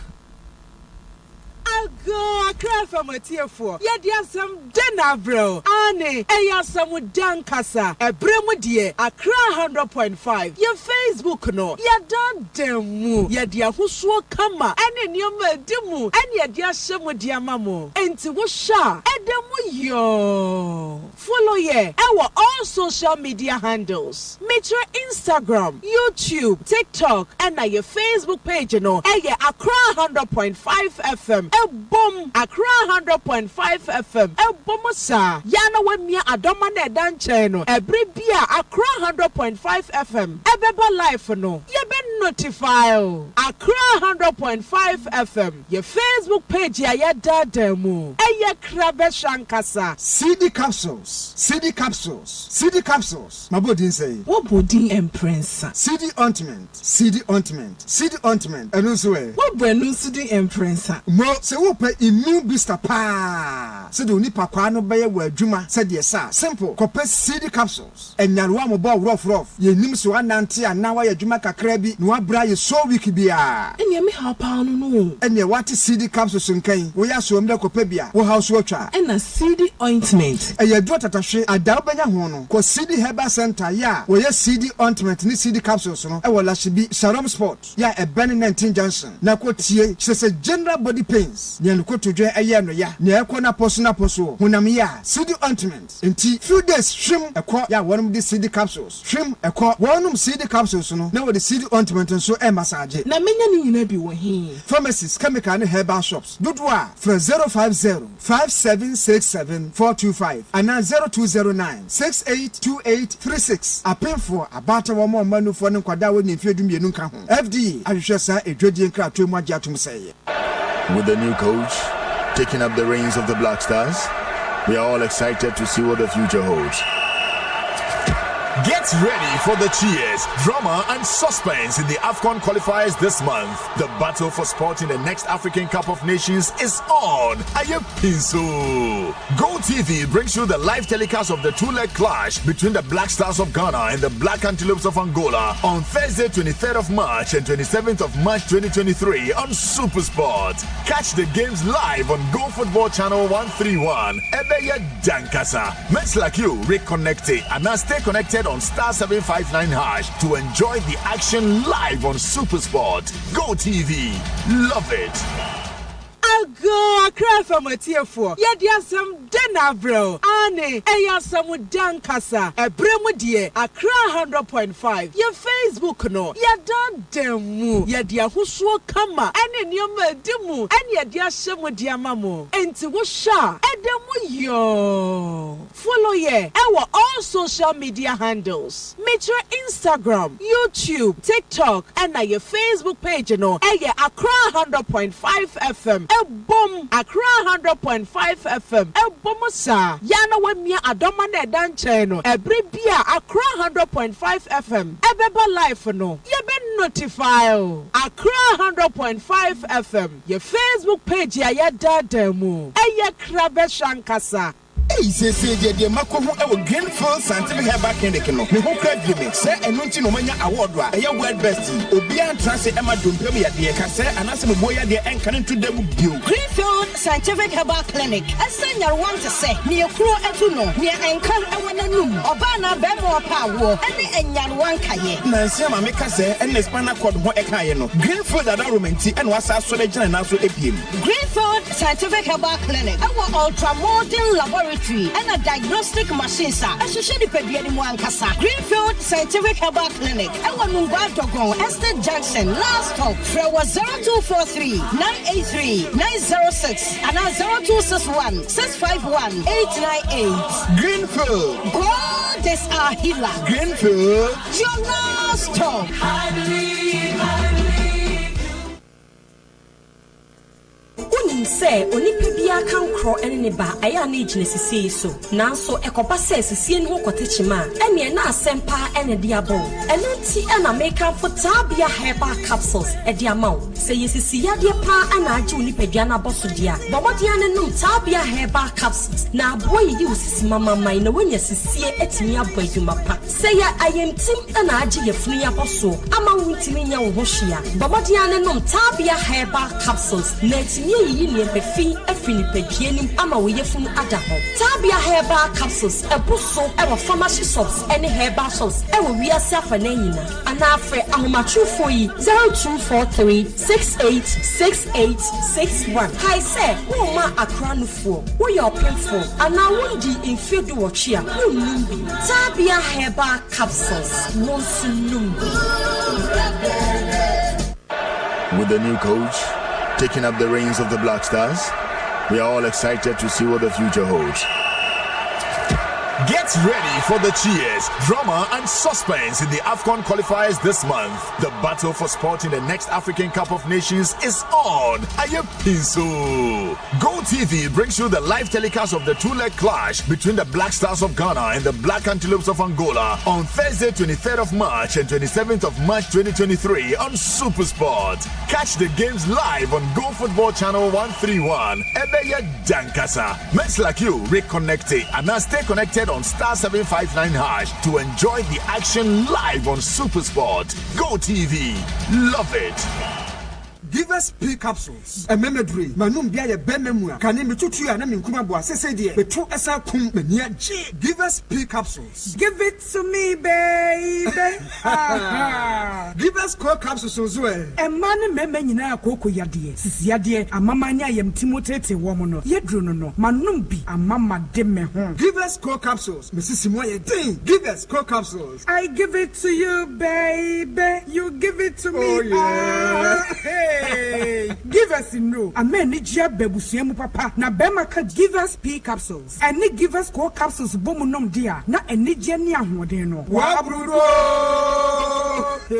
Give us P capsules. A meme wadi if you do what you do kronkwan efa. Give us core capsules. A painful abata one more menufu ne nkwada woni if you do mienu nka ho. E wodro store bia motifo Give us Herbal Center. Teshi mobile. And na Teshi Adriami. Phone numbers 0543 222 470 and 050-68-511-35. FD Ashusha sa ejedi enkrato imu adia tumu se eye. Ago akra famatiefo. Ye dia sam denavro. Ane eya samu dankasa. Ebremu die akra 100.5. Ye Facebook no. Ye dan demu. Ye dia husuo kama. Ene nioma demu. Ene ye dia shemu dia mamo. Enti wo sha. Edemu yo. Follow ye. Ewa all social media handles. Meet your Instagram, YouTube, TikTok, and your Facebook page, you know. Eye Accra 100.5 FM. E boom Accra 100.5 FM. E boom sa. Yana we mia adoma ne dan channel. Every bia Accra 100.5 FM. E beba life no. Ye be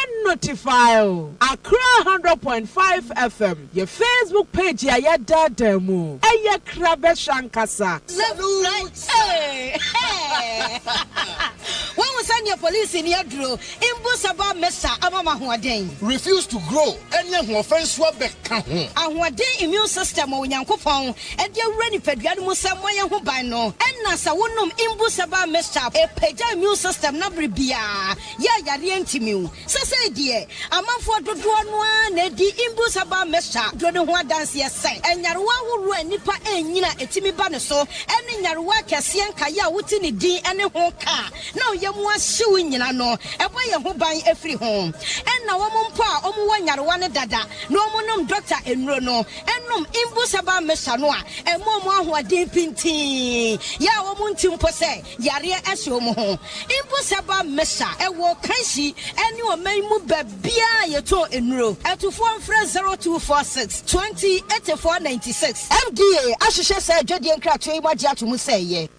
Oh, with Nana Bobie Ansah on the Citizen Show. Stay with Nana Bobie Ansah. All the politics you can know on Accra FM 100.5. Tune to the Citizen Show. Nana Bobie yeah. Nana kwabenabobieansah. Berema be meti garafuru kube puntimpuna si sokode. No wakachira katabing say you watu mkensen. Kwabena keja guma mniyanko. Mamenka was floral tissues. Floral tissues menka chira garden ibia watu menka and area is one more day a year floral disposable handkerchiefs aba. Na the woman ama a floral disposable handkerchiefs they say one say to the bia wo pie wo kwa yase say no ni bia ba nyafe na akoto handkerchief fita aba we ni bibia na tetika wanim ne enyefe enye guy kra je floral disposable handkerchiefs ibi we ya na we yusu kama se bia ohro nsa ana bibi wo dia pepa wonsa na wo dia ato bi mu na wo na wo kro no enye ye nonko wo behwe no nam krom ebia emfifre tewa na se wo pese wo don nsa ka aduane bi bibi sa na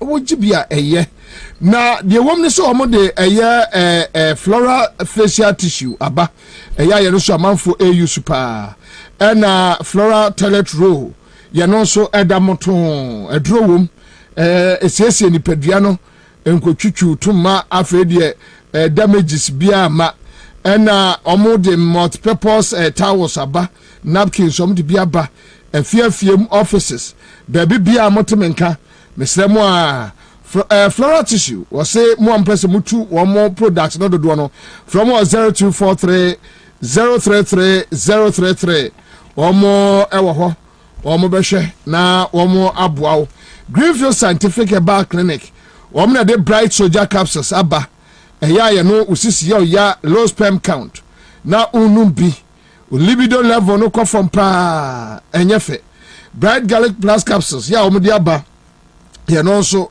waso yamwatim sahi check your blood sugar level obi ho abehwe na osia nansi achime de bi per bright garlic plus capsules nanum bi ebeboa udompemu bu a Greenfield Scientific Herbal na wode wani akire ho na yiba ko so a yani abre wo ho pa ka wasem akire Ghana fo nyina top choco for semen kanchele Ghana for nyina se say no woman de top choco chocolate spread aba ya de brodomu na se bibi no papa say also fios bibi ben ya wiemu na ayinu no zumu adwene nko pa nyasem ketwa top chocolate spread no the fabrodomu a kama o why brodonumu ana o pem na o dia fem o de fem sa waka tum no waka jai ana top choco 3 in 1 no ya wadi aba no milk wom esichire nie na milonu anom dia frafra o enti de ohia nu so hye ya taika top choco 3 in 1 top choco 3 in 1 wono wajo die no omo so mo mpese mutu ndodo no fresh 0243 033 033 on sabe come ogboron kan se busame commander like what like he like Sue you use the finger open the bread white top choco tia fam for close that's all difference me pacho police in yadro and one na make catch Ghana for imboost herbal mixture no ajiso say police ni edro no imboost herbal mixture or say police ni edro no a police for papa number 1 immune booster and say onipadua no ya rebia timi bebobo rough na say immune system no jira ne nan so a wan ene yare mposuro enka police ni edro ni din ba ko pa no yare mposuro immune booster number 1 immune booster no wɔse aboa ɛyɛ immune system no ma ntimi gyina fight yare biara na menka nkyɛ ɔmanfo sɛ wokɔ ɛyɛ various pharmacy shops ɛne herbal shops a ɔmo ɛde ɔmo products ne bi aba begum Udru Hospital Square Junction ebi wɔ hɔ Imbustry Dankers ebuso People's Junction ebuso na nabuachi eba Okanshi Tema Ekus Pharmacy ene Dama Pharmacy ni nyina wa Shaiman Kings Walk Heba Okanshi Tinatet Heba ebuso wɔ hɔ from 024 620 496 024 620 8496 8496 until last digits no 8496 0246 208 Imbust onsa ebeka womo oposini edru eno no amanfo ntum so yi na womo enum bi baba sadege so baba be kan sa baba akwaba enua boko de owia boko ede nyame asema msama eye Matthias so akwaba bi o o de menenu ana ebo a Matthias school meet o oh sir so your industry meet hey na we dey bring the coach that's why entertainment ejuma o me ko trepa sa TV3 na we can say those stars be ejuma but no so bi and then watch our system it is that 3 music ni we do I mean we know where it's coming from and then we are meeting African University. Wow. But not pay school, but pay too much. Oh, Devio, na also different entrepreneurship. No, because I say, oh yeah, it was also we are entrepreneurs nowadays. Entrepreneurs. Say, Asante for the own school. It's a business class. Oh, there be. Mami musu asene kwa kwa say entrepreneurship no kanyaga for kasa. You best go get yabro for you. You best go get yabro for you. Entrepreneurship no yabro for you. School say ko say two fees. Na me more than so in school. Yeah. I mean they are naturally gifted. But I also unim say okọ kaikwe oh that's why they be me follow the two central. Tell us and I know mun share with the net to say your opportunity and some view videos you should be not net to say oh na me ekoyi pa say me file and so na me chance launch the new for Kwakwe Central campaign. Yeah. Also because na enya dia na constituency particularly for yen side no ya ibida but it was important also because Kwakwe Central had deficit na parliamentary side here one we need to do a lot of work. 2020 mo drop here and I say mo 2020 year bar up but Trantina it's always been skirt and blouse. Oh, okay. Yes, there's almost about 6,000 people that vote for actually 3,000 difference that vote for a presidential candidate that do not vote for a parliamentary candidate. You know, in the last 2 election cycles. Actually, you won't say the presidential here. It gives you the idea of the real voter deficit of the constituency. So, which means the problem is with the parliamentary candidate, Modeko. Yeah, it's also because well, that's one, and also because the MEP parliamentary candidate, the current MP, in the last 2 election cycles, he proved to be stronger.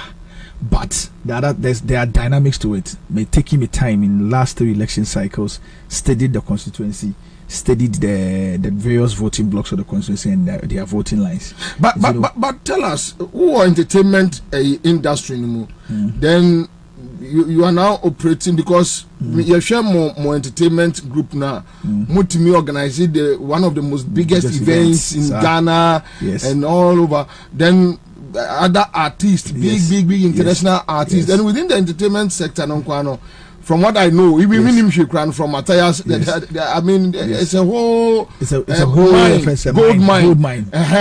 So. Why politics? Why Kwakwe Central? Why? I didn't say me leverage on taking advantage of the biggest decision-making platforms now to provide relief for my people. As I mean, as it stands now, no. What is happening to them? Well, they are still looking for a lot of things. I mean, one of the complaints that had come from Omonese for maybe 12 years from Omenya MP, a very urban constituency as Kwakwe Central doesn't even have a modern hospital. You know, they are still looking for proper social. Yes, we don't have a modern hospital. You know, so if there are any major central for government side, Brono here, La Paz, Tesano, Fadama, Abeka, Namiche. Yes, baby to sell La Paz any government hospital. We don't have it. Abeka, Yenibi, Tesano, Yenibi, La Paz, Yenibi. We don't have it. The hospital you have in La Paz is La Paz Community Hospital. La Paz is a private hospital. Yenibi Nansen Po, Obikwa so be a very massive private hospital. But Ebia the Ejuma Yaibi would say Lekma Hospital Hosana. If you look at even Kaneshikra and how their polyclinic keeps expanding Kakangakana, by now a more modern constituency as Arsenal with the numbers that is there, no, should we have something like that? But in 3 election cycles, if you put together the Sika MPD from his common fund, if really he has been dedicated to having to create with even 20 beds, 30 beds in Modi Hospital, it will always expand, you know. And then again, there are a lot of other, you run into the constituency, over 70% of the population, you know, youth, till now, we don't even have a job center in the constituency. And then Oko Medina, under one term, Sosu has been able to create a job center. Today, when you talk to Sosu can tell you beginning of the year how many people from his constituency that wants to go to police, how many of the people from the constituency that is interested in going to military. But I have plenty people from Adenta. They tell me Medina. They tell me Sosu is not helping them. Well, I mean, say I would want to also hear from them. But for me, you know, I think a significant achievement. Say Obiaba in one term. I'm taking it from there to say, okay, well, anyway, this is an example I can also do and give some to them, because if in my constituency, for instance, you come in and there's a major job center, that is a venue where, or that's a place that houses the idea behind the creation of BBFN sustainable livelihood. It's very important, because that becomes a place where you can direct employment for a lot of young people. You can direct training for a lot of young people. You can direct grants for traders. Major people in the constituency are traders. You know, the market, the traders, La Paz, from La Paz, from Abeka Post Office, Ekonyamiche traffic light, they are all traders dealing second-hand goods and all of those things. And at every point in time, you talk to them, they are looking for some financial support of a sort to help them move out of some of Omunyama export it and also try to sell it and also make some money and pay back. You know, so these are some of the challenges they are facing. And maybe so Ejuma, Obiti constituency, for instance, the limiting factor between unknown and a dream, and say, Sao Trin says so, maybe 400 and 500 cities, no Christians in Ibuti, and don't have it. But if you have a job center that has programs all year round, even if you decide in Pose all year round, you are going to provide training every quarter, you're going to provide training to, let's say, about 100 young people from the constituency. You are good to go. 100 every year, you have 400 every quarter. You have every quarter 100, every year you had 400. In 4 years, 400 times 4. Anyway, these are the numbers of people. So there's a lot of ideas. And as somebody that has said I'm a entrepreneur, created jobs for young people, created value for industries, created value for society. I mean, as somebody that always have it and can be able to tell. But most importantly for the NDC, argument Amayana say, for us to be able to bridge the deficit and win, you need a good candidate. You need a candidate that understands politics. You need a candidate that understands the numbers. You need a candidate that understands the constituency. Most importantly, you need a candidate that resonates with the 4 voting blocks of the constituency, and that candidate is Baba Sadiq. Sure. You know, so once you have it, we have it, you know, and you know me, you know how it's even when we go against formidable candidate, we run the most disruptive, the most powerful, the most well-resourced campaign. But once we get the mandate from the people on May 13th, I can bet our opponent in the constituency that they will see the campaign of their lives. Anyway, Matthias, but before Matthias, be sending me a message or say, Kwabena, you know I live around that area. What Sadiq is saying is true. I always vote skirt and blouse, but because of him, I will vote in uniform this time. I think he's a level-headed person. So tell him to be bold. We are behind him. Okay, so this one is coming from Lydia. Yeah, and then, let me say, and yes, or I am mate and but you see, he's been tried and tested. Yeah. What I say, and Osha says, We saw how now all your Tree Music and then TV3 adopted Tree Music. Yeah. What I say? Into no sankaya dia only only need you be built in the Sabeka. I mean, onye. What I say? And I be built in the Sabeka piano, a flourish. What I say? Look at Tree Music Awards. Even if they say Ampona. Also, you'll be a building, and this is a good leader. While building, I don't know, could dream baby. I know who said Charlie Baby Junior may trim home, and he's resigned as the CEO of Tree Music. What I say, and I hand over Armor will be.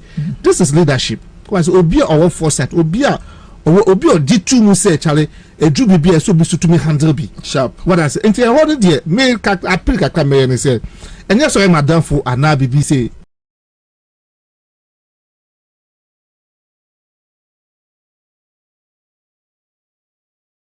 But Adamfo bi wo ho kwa untumi ngina emano but nipa bi say there I mean the constituency omba delegate go to about Congress Central yes omba go to about say momo sika so ndi omoni momo sika ndi omoni ade omo the Ghana we want and the constituency they want no this is the person sitting here I mean he's a young man no so what I say he's got the brains.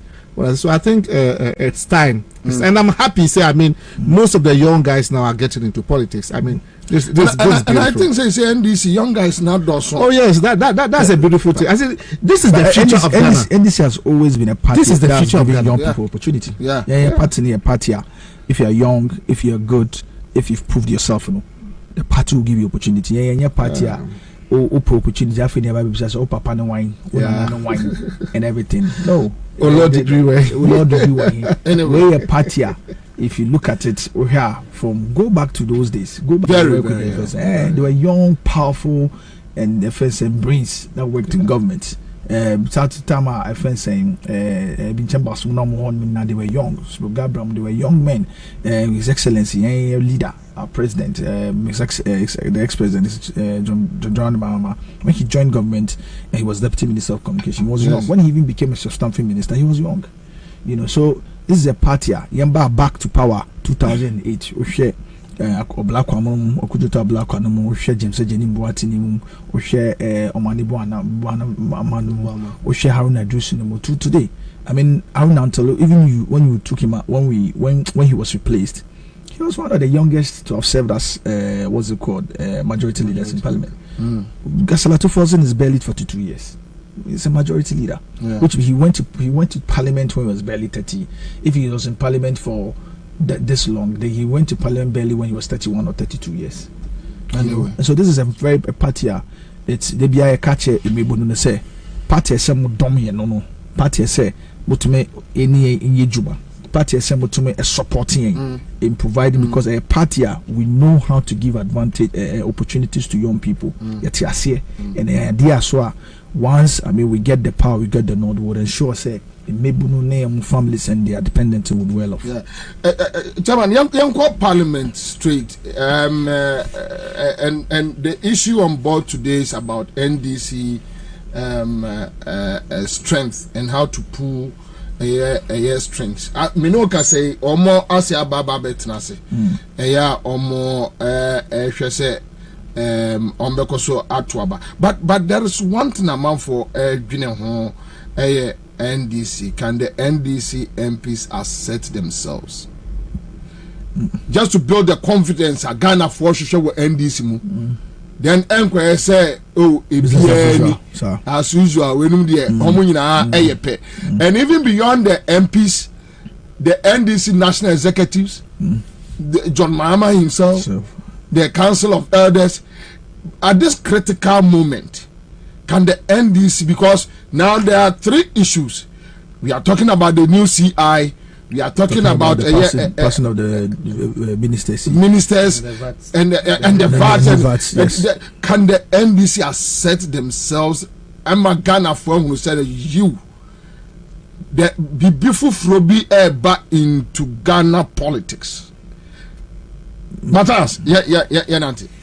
Let me say, Odikano say, Emenasu, say, new leadership now, a modern parliament, no, HRC, ampa, there's a new wave, and there are new minds leading the affairs in Parliament on the National Democratic side. Now, I was say more Parliament say. So most NPP for Anana Akufo-Addo are appointed this is an opportunity for them to show to Ghanaians say they're not more canning no correct. This is an opportunity for them to reject these nominees. Because so when to me I reject these nominees, this nominees echo through, it means that there will be an issue. Was not just a semi worker training now. Bapayobi and I would declare.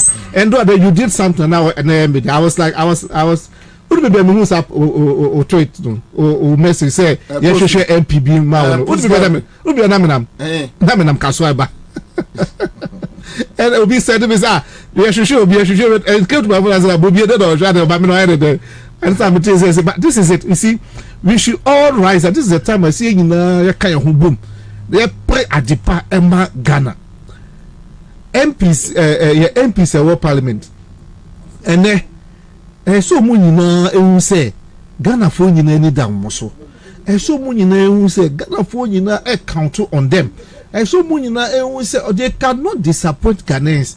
Man nipa bakubi and fa selfishness and on fa boapoyobi and koyet to see be an trip parade and as no fa no amotre bia yanko passing to no obiasaba abe stories bim abe chere.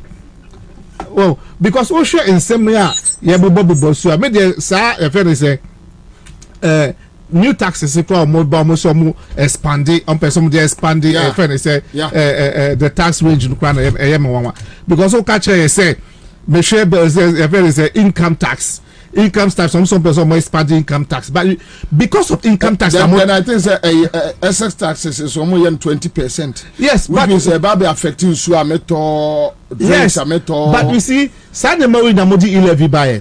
Sanima modi 11 buy na ye come myself say that munja mo show ye best income tax because enkofobi wo ho a omo nye adwuma muji tax te say bia mason for no konfomu omo to enye sika adwum no munye sika na they don't pay tax and no indirect tax. Was that indirect tax simple so that's why he brought 11. What the 11 buy no? Also, why didn't the income tax net? What did I say? Net no. Why? Then in the 11 they buy. Then 11 they buy. What I say? We projection out the my 11 now. And yeah, because the NDC were telling you say you cannot achieve what you were doing, what you wanted. But you can't want it. You see, a penny can't want it. What can't they can't want it. Won't want it. But American, it says here NDC parliamentary candidates and NDC parliamentary or more parliament, they should know say they are representing their people. But myself, there's one issue going on and the social media now is just bubbling. Among for they are not happy with Alban Bobie. What are you waiting for? Because as we speak, still almost I'm transition here picking information. Almost I'm a transition. Well, and the NDC MPs are ready. NDC MPP MPs name what are you waiting for? Let's move. Is it like Alban Bobie is trying to institute more hardship on Ghana? Let's move. Yeah. Is it that Alban Bobie is trying to give the MPP a lean way or what is the issue? Well, I don't mean to make because I'm not there. Meaning really what is happening to Bobie in person. And I say what is really maybe or no or meeting be and whatever it is. No. But you see, maybe Jenny say whether Bobie comes or not, the MPs no, they should stand their ground. They are there. They have the numbers. They have the numbers 136 intact. And right now Pusigama menu and then Waba so about into or trying the or trying the MPP ready. MPP ready. Anyway, my Honorable Ibrahim Ahmed, MP for Banda and First Deputy Minority Whip in Nkomomra. Honorable Kwabena. Honorable, I didn't see what is happening in Parliament. Oh, my main fact refugees when I'm in a T4 Musti, Accra FM, and the area.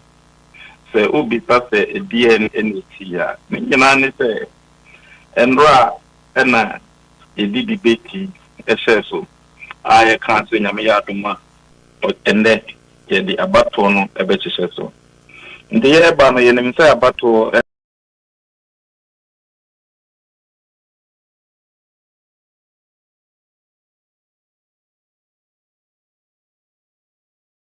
na di ba be chese so nti ye 136 NDC MPs ne nyina every po ye nyina mayaba after ye be do ase ye di abato no be chese so a ye no no say okay ye debate a judges ni dia no asan se ni nyina ye say nya ka say be to aba ni dia na ye fa abato no chese so nti ye judges ni debate na wie ba na speaker of parliament onwa speaker no epese oso obi to bra pen e be wie no na akosi the back stops with the leader nti onwa e bai e ma obe chat ye say omonfa ballot papers ni na no ma no embra ye di ballot papers no e bai no na ye nuanom majority for we sorry ana waka we sorry ana waka we sorry ana waka we nti utumo say o ma ho boa no na enwie peyo te die nti na no mo yesa o nti speaker no e ka say sa empenyi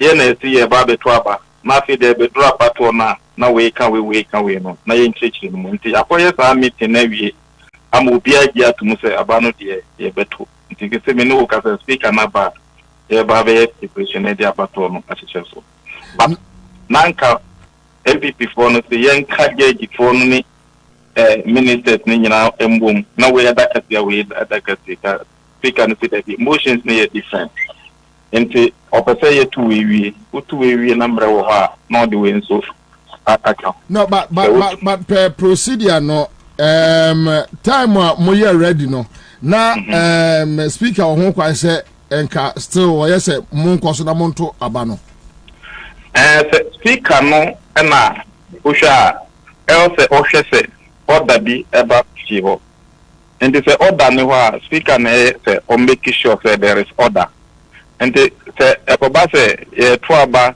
na kasa bi ba na ye ya so make sure say on impanyifo no be consultation say the be ya odi ye ebetu ye ntina owo ho kwan sa but say MPP for mo bo mo nwie ya which means even with that no nka mo betia house no betia go ahead na mo to aba no on say ade na ye no e wo TV so and they say ubeya electoral dispute ebeba mu de ye mpa bibisa say okaya enra bibisa na enra ebae speaker na no gina mu say on pese bata e na ohwe ya e na abato no ebedi ne and if he still sees that there is something wrong e was say oka afano no nyina ebom na enko say o sisi obi ama obi into no de ogina finfini na honorable Pacho, something wrong no was it legitimate on say we na ye kano on say abana ye kwa akoto Pacho se o hwe abato na ukai abaye tu ya ye speaker na ankasa yes ukai say secret balloting no secret balloting enu bia enesi ye eno ka se sa bia ye nkohia na ye nka in the akokai we as they say why ye processes ya obia betimi make sure say vote no e secret. Okay. Bobie, me boss will frame into my Parliamentary. Mate. All right. Okay. My back to Matthias. This is the situation. Yeah, I was saying no, because we now meaning the air cost or by see all the explanations now. But yeah, who say I mean there was really a matter. You now more to me actual issue now. Sesia otre say bibia ready mbabesha ase no yes but I am praying and hoping say secret balance no but obi koye no some ballot within the NDC na enfa way enugase bia embre intimate. This is what I want to say. No, but still a man for issues kakra with a speaker conduct. But Baba, I don't know, but my social media, I have checked. Would a man for comments, any sentiments, a war from against the speaker? I am saying and also because sentiments, reflect the dissatisfaction of a man for, and the fact that they are hell bent of ensuring say fano in parliament, side, they are able to rip the current government into line. They cannot stand. The people are already overburdened with tax. They cannot stand new taxes.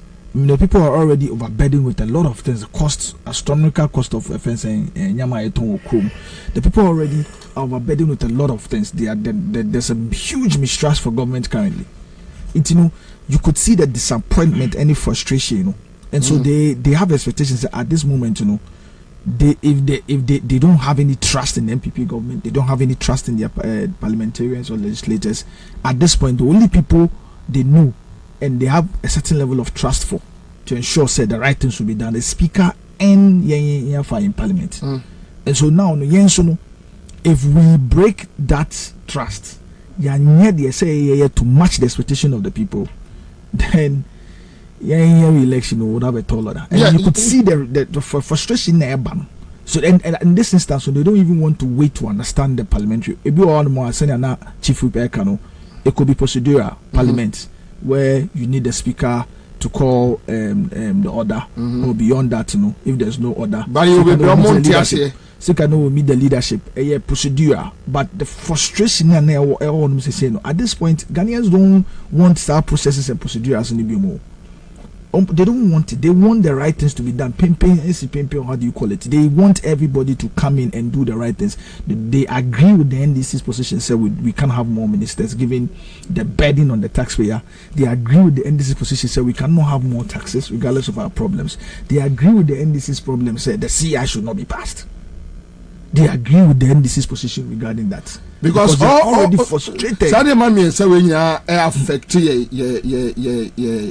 cost of living and our way of living. Yes. Because our way of living, me a Ghana Nina catch them say, what the CIB ba and that CI me passport to crime can't guarantee. It's almost waste. Say me a Ghana travel document. Yeah, say me a Ghana Nia.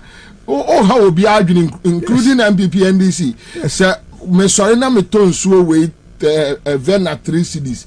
They are not say the excise tax 20%, which means they are method on a 20% already between the last 6 months. Tax on coin increase almost about 21 or 22%. So then the small practice of the account 21%. Would it be say will be any said look appointees need also. Merge some of the ministries now for the young to cut down expenditure and also on plan. But it seems looking at the situation, the kind of messages are maybe phones to say amount for our testimony and they are talking about their speaker. Yeah, and they are so frustrated and they are so offensive to the point say at this point Obia they think you stand between them and them because they know say the MPP giving what they don't care about anything. The president they have doesn't care about anything. He disregards everything. He will undermine for him to maintain the status quo for himself and the person that they are supporting, in this case Bobie. He would undermine everything. Look, he's appointed a non-MPP person to the Electoral Commission. He doesn't care. He doesn't care about anything. The MPP parliamentarians do not care about anything. That's what I've been saying to them in my consensus friends. I tell them, say, your cost of living is high. Your money in the economy now, he is the one that goes to parliament to ensure that it happens. When we begin, and so the people they are ready to punish them for some of these decisions. And most importantly, if we do not do the same thing by doing the right thing, we'll suffer collateral damage. But I'm unfortunately say the NDC is not doing enough because they were MPP reckless, Say a woman war position on what these numbers and almost speaker. There is nowhere on the man this year minor. That is where I'm the issue of this country. Which group was the first report that boycotted inauguration of a president in the history of this country? MPP. This is that is how when it comes to things. They are hedge say that is MPP for you. And come because they want to say they want to have power. That is them. And so you do not the same people that NDC also should adapt the same. Of course, the same people that shot to kill There's some people that shot. I also was gone in a particular election. They one day saying fake military gone in, shot 8 to 9 people. The president didn't care. He didn't care. What is statement impo? Meanwhile, some of them have dependents. Some of them have dependent. These are Ghanaians. Where you have President or Tema, right? Or Tema. Even when one person film Ukumpona, how do you feel about especially it? Through violence? Yes, before I came in here for example, Mimi Constituency, 3 different funerals. The way you feel, I was there with all the families and everything. But this is a president that doesn't care. This is a group that do not care. And these are the people that want to seek re-election through very, and so the people cannot start. Listen.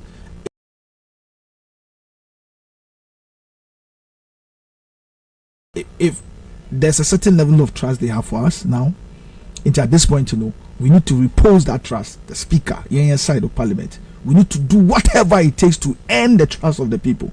And yes, we suffer collateral damage already. There's apathy in the system, and so if we say we are the strong alternative, if we say that in the last few months put out more than 14 to 15 policy proposals for we've said a number of things. We've tried to tell them, say, listen, we are the best alternative. Look at the ideas that we did when we were in government. Look at some of the ideas.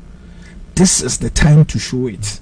This is the time, and part of it is ensuring that every position. And I'm glad that the chairman that we have, the secretary that Adabaka, head office, and the leadership now, they understand that.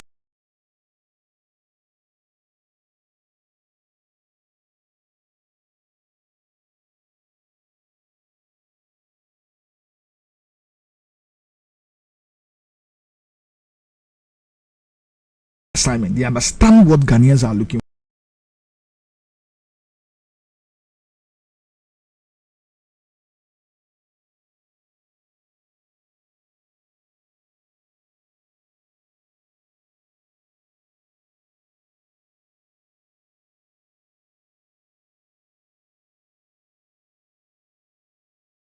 for. We only need to give them that.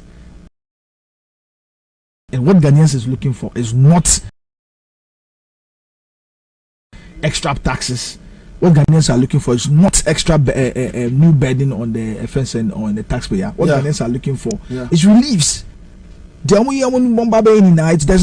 nothing relieving about it. And so we have to ensure that the panel in parliament, speaker, everybody has to understand, say, this is what the people, this is the expectation of the people. This is the expectation of the people. Other than that, Bobie, between now and election 2024, the uprising we will experience in this country by the citizens, because among for people are going through tough times, really tough times. 2 days ago, picture be air trendy or social media, and you still want to burden them more, and I didn't put into me talk. Sikane buy in 2 days, in 2 days, in 1 week, the money is gone. But would you say NDC can they accept themselves at this moment from this time to 2024? Well, I'm with me, because you see, we share trend now his sentiment now. We share say the party is poised for a change. The party is poised for a new dimension. What I say, when cross and then our parliamentarians must make sure, say, they do not dash the hopes of these people. But the question is, can they? That is where the problem is. Yeah, but what I'm saying is, what I'm saying is, they're not these hopes alive. What I say, they have no choice. The only thing which my end say, Ebia, Obibeya no Sambalaks be Akoshib no Ayano Sebia. Ketashi say no proye obeseno what I say but say nyese nyene di adwin back adwekro and so ade back and in the parliament. I think say they can do whatever but among for they are talking about whether the leadership no any speaker kasa, because they see the speakers trying, because MPP ne wo speaker obeyi nanim so ye MPP ni a onye omo adwuma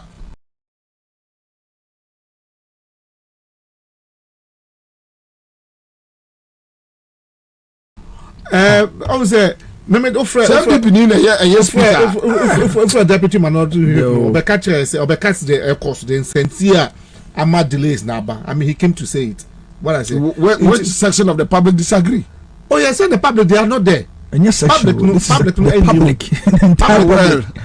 your but maybe I'm speaking from. Can you hear? Because any section, type of yes, I don't think it's only a section.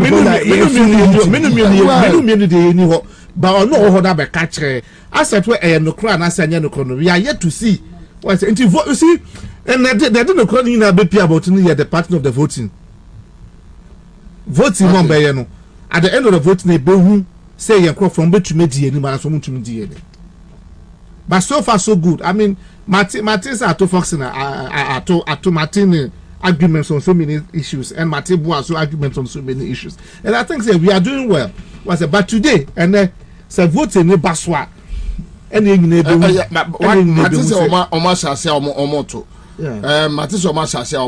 so we are hoping say and I can bear the right thing. Yes. And I did back when there is always over no because when they came the said you are coming to vote but mobile and this MPP for tax I can say young discussing judges no winning in and they stood there going to say no.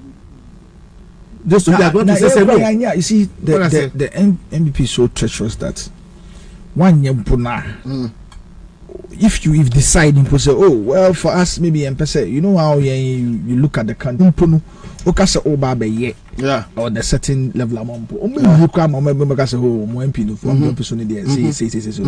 they insinuate the same people. Yeah, so it is up for us to ensure say would assert the trust the public has reposed in us currently. There's a certain level of trust. There's a wind of change blowing. But so the wind of change, it will blow and blow. Man, it will be a viable alternative. But it's and Rasi now man for you happy the way and Nema Ekoye. Then later on, so any you two enfance and then and so. Yes, we know so much as here too. Still, the issue about NDC's posture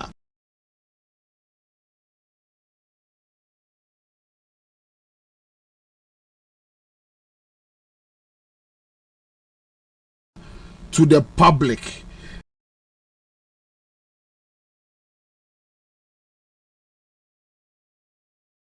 Ene omo enkomodia omo edi. A man for person who be before from new with the new executives in. Can they ship the MPPs in line? I think what's the MPP for letter also. Yeah, and I think they look the new chairman, the new general secretary, the leadership in parliament. They are you'd see from every activity. And not only no more parliament. They are poised to ensure say everybody will be whipped into line and to ensure say positions be a funnel. In the interest of Ghana, in the interest of Ghanaians, will stick to it. Also because, listen, the new leadership understand one thing. They understand, say, there's a militancy positioning that NDC has had in the last few years for some interesting reasons. We've been losing some militancy. Why? Well, I mean, and these are some of the issues. So and you could see the NDC that they know very well would really go to great lengths to protect the Ghanaian. It you know say a perfect balance. Too much of intellectualism. Because at this particular point, Ghanaians are looking for the reliefs any which way. Any which way you would give them. Papa, who wants to continuously be beaten? Oh, you are suffering, you are suffocating. You want to, however you come out of the water when you are drowning and you're suffocating, you want to come out and get and breathe fresh air. That is where we are. Ghanaians want to come out of the suffocation any which way we do. Once we pull them out and they will just have that sigh of relief, they will do that. So, and that expectation is on Ghanaians. And for us, it is also important that at NDC we're able to show to Ghanaians that by some of young actions now, we are for them. we are for their interest, and we are for the interest of safeguarding the throughout the whole city. General Secretary, communications of officers. Yes. I mean, fantastic. When they were done, anyone want to chairman, because yes, this is what we've been asking for. If for whatever reason we haven't quite seen that in the last few years, this time around we are seeing it, and it has to happen. Say Yan, say Akono. I saw your Facebook post, and I shared it before, and I felt that is the way, that is how you should go. That is how you treat these people. Other than that, if you do not treat them like that and you meow more, they will continue to take Ghanaians for granted. They will continue to take some of the actions they've taken. The total disregard they have for Ghanaians. Total disregard. Almost sorry, they want to pursue this, they want to do this. Ghanaians say, hey, they do because they claim they have power. They can wake up today and break and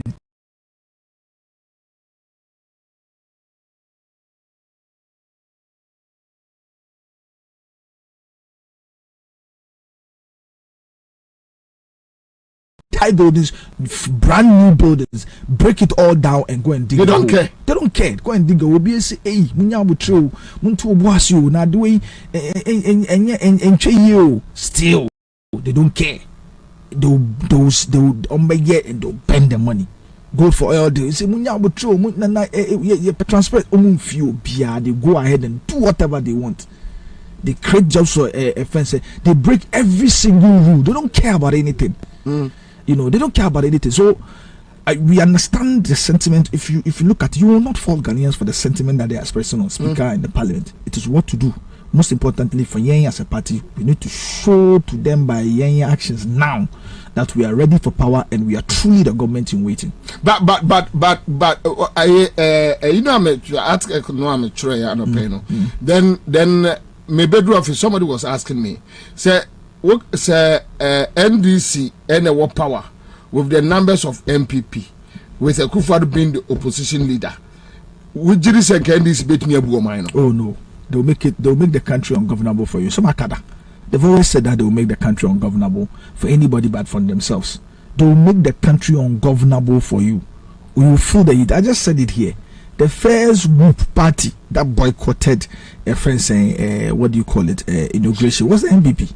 They don't care anything. They don't care but for themselves, and that's I don't care.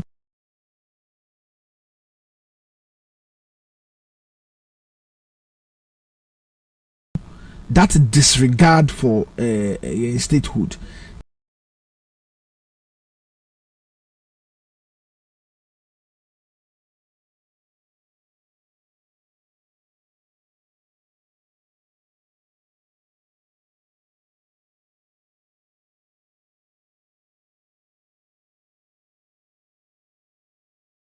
Is what Omodibu minus is here. Omodu don't care.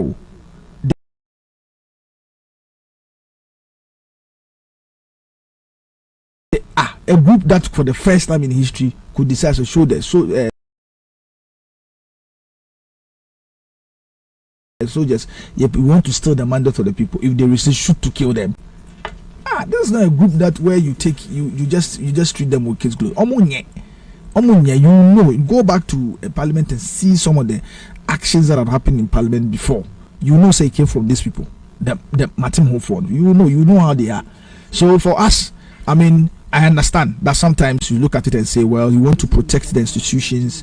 Well, you want to, you know, the more intellectual part of, you know what, you want to debate and you want to do these things. Yes, and NDC we've always had the men, NDC we've always had the intellectuals, but most importantly, we've always had the fun that would, because these people were voted in. The party made a move for the Obebe radicals because the radicalism in NDC in the last few years, you agree with me, say, it's gone down.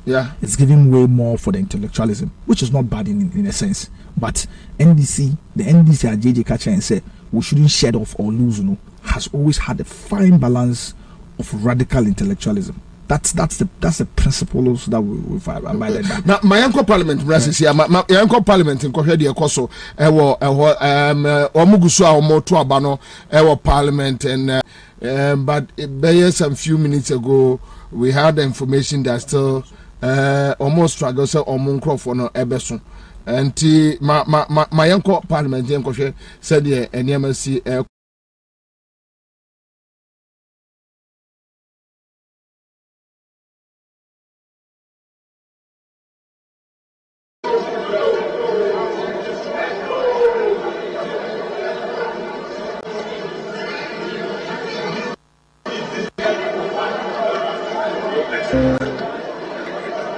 Jerry Alexander, today.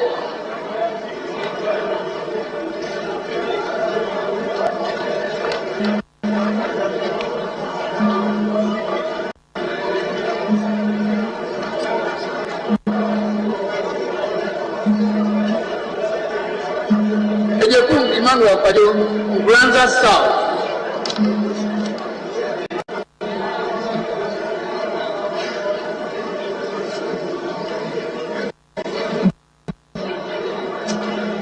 Ajimamenu Kwaku, Doma Central.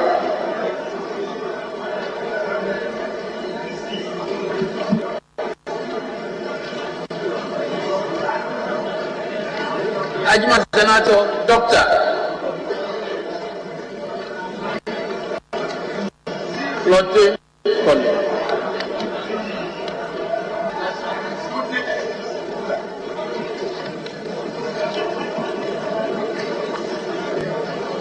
Ajeni Mbwati Kwaku, Brekum West.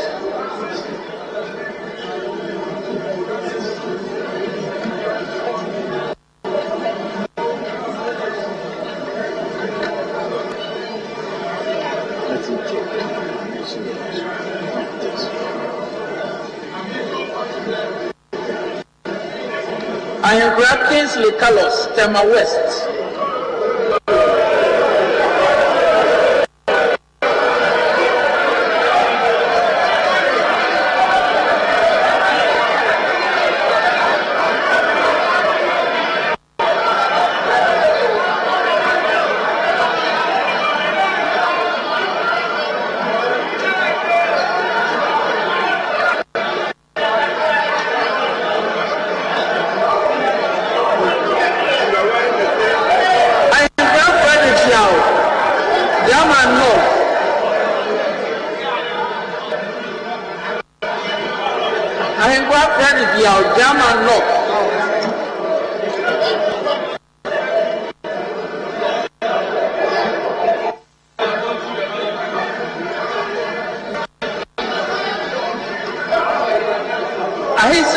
Bobie.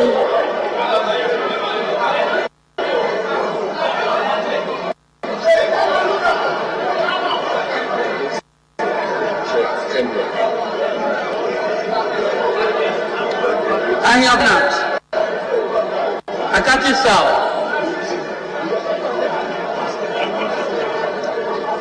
Earlier, Oreku, if you just South.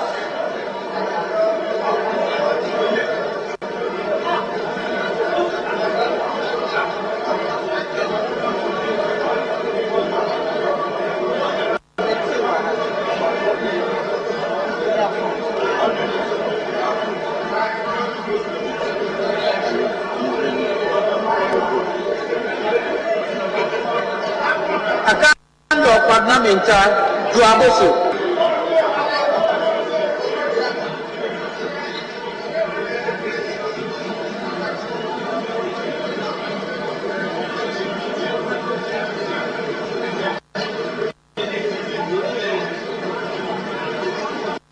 Akambariba Lydia Lamisi. Tempani.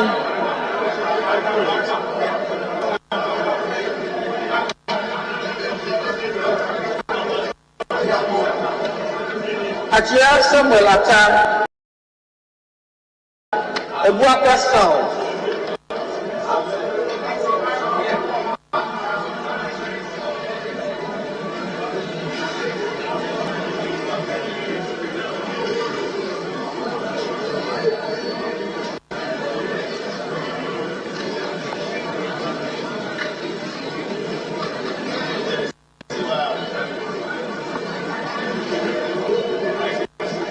Alazuga Albert Akuka Garu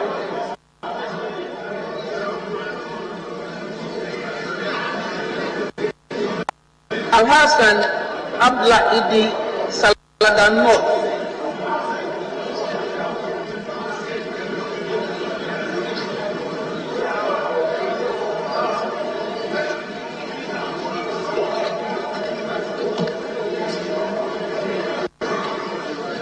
Al-Hassan Bashir Hussein Al-Hadi Sanriku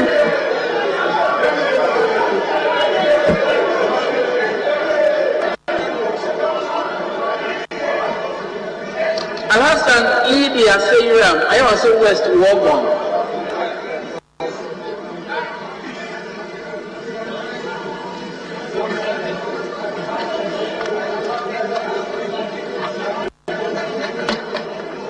Al-Hassan Shaibu Suhini Tamale Lok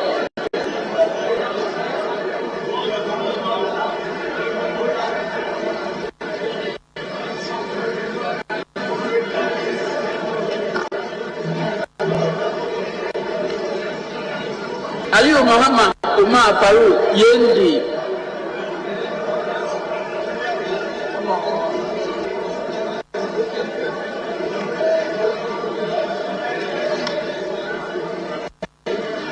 Alaute Angela Fu Afaja to South.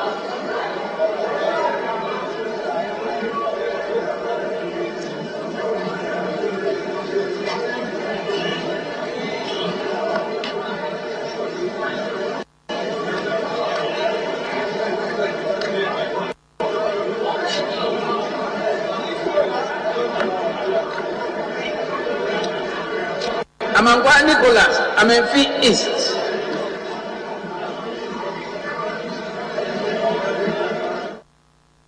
But it seems that we know more orderly than the previous Abattoir. Yes, because now we've learned our lessons. They've also learned their lessons. Yeah. Now we have to ensure scrutiny and supervision. Yeah. Not counter, somebody doesn't play games there. Mijidi said, if we continue with it, the decision our part near funnel in terms of not approving these vetted ministers, and also ensuring that some of the stance or position we've taken, will be accepted. We'll get it the way we want. Yeah, but say another issue amount for raising is say MPP for now a shorty a nipa baako, and they don't know who. Yeah,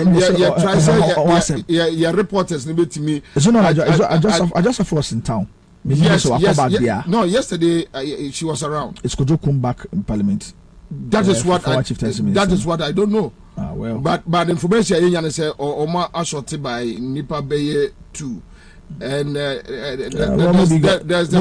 God is answering the Ghanaians almost suffering. With a Joseph and run and then so be grab a say but I saw a tweet that said that Joseph had left this morning to the US today. I doubt it's an unverified tweet, so yes, I don't know how to. With a Joseph, I know so around, but me try see a report and meet me check your as to with because Canada Japan say Beye 233 ya no be remu. Maybe no muswaka ewe chiri. Almost no MI. But what we are hearing right now is still akabe nipa ba kwa na mi be and I don't know. Well, maybe almost no.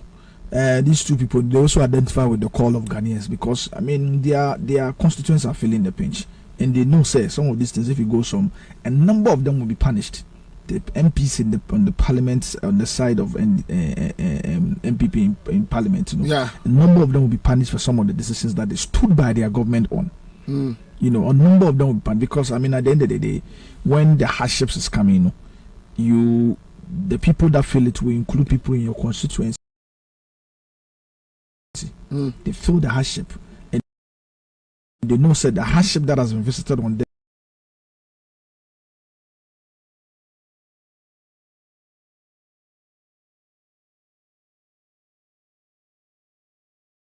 Is also as a result of all direct involvement in it, and so when it comes down, they know say in we in 2024 will continuously reminding them say we omuka ho brema obre and sikana ohwe na ejuma. I mean I met a woman in my constituency, not at home. Friday you say this thing that is used so condo mechanism which Mori okra a friend saying no a Bruno, and then obviously she manufactures it into the condo or should go through the process, then she manufactures it into the condo and then sell it. She tells me, said, look, send me top bag even if I buy the bag, I used to buy a bag at maybe 800, and then by the time I'm done, maybe piano out by processing will cost me per bag. A processing process will cost me about 100 cedis or 150 cedis. But I probably make about 100 or 120 cedis on it. But now, so after the process and everything, people are so filling their fence in their pockets that they cannot even buy the Mori. So she has to end up selling it for cheap. It's no boka. It is she's not doing it anymore. She's on her ship. Yeah. Yes, so that's how we need to continuously reminding let's say, and the fact that and cost of living are high. The MP that comes to you every time and smiles with you, he is a chief contributor to it.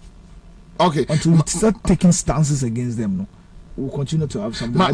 Just two inside. Maybe they identify with us. Okay, so I'm checking from your parliamentary report. Answer that my overview ni bibia no why ye ba wo ba be pick kakra de ekoso but ye nyantie say MPP for na short nipa be ba ku mienu bi etisa we just want to verify na amanfo nya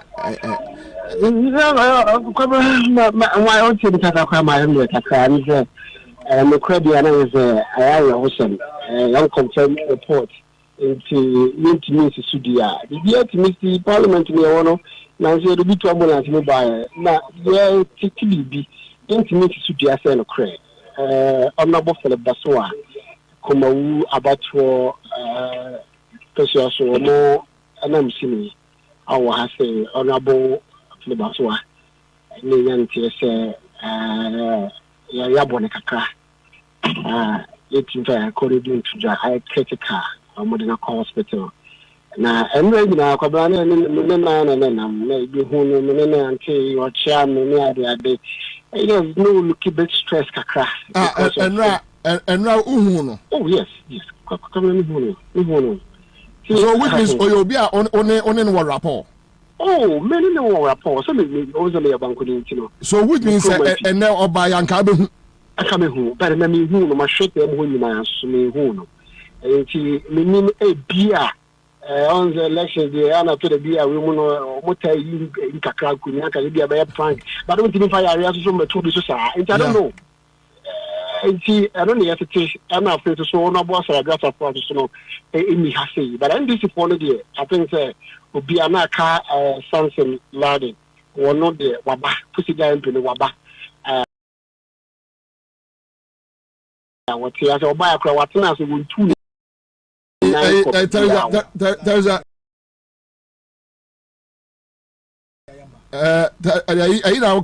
Ayamba Pusiga MP Pusiga Ayamba I want to swaba want to boy control what obi api ko ndo so mpi what bezo so yaka se bibia na yesi because o mata take ka say na wa man na ka di wa be ye o mu nti o mata get ni ade awutunte na ne bonto ne yam ne awehode bi aka na before da bi o na say ne bu afuo ne bumfu ye obi amfa ho because wa ma say report say wa ma ade say oyamanti a ebi say omukoye parliament edumo na endo omukoye no na bi fa ho ja no ho bae to wuru so boja no ho ba enti say omoja wa ba say ufonu kura issue statement quickly fatum no obi anhu say omo na adwane agya wo phone no ekura wo de ye dey I don't know you have so far the video my adwane agya no nya no an say amanfo nkrofo me do mba da adwane agya menti me maka ha anya say we ya e so ko ye we dem so ko no ko che no hotel no die what mama so adakura das na ni tina mu adwane agya me meka say me da no battery ko da wo jancha ja so Ghana be da hu hey Daniel say ni maji obi dia no ma sere say sro kuma say mam wo Facebook na efa send me nkrofo mama I mean but anyway no big obi catch we are sure say Joseph wani ho we are sure Well, let me see Bibia, and then I'm not surprised. No, I say, or what the name of Kumase, Matiti,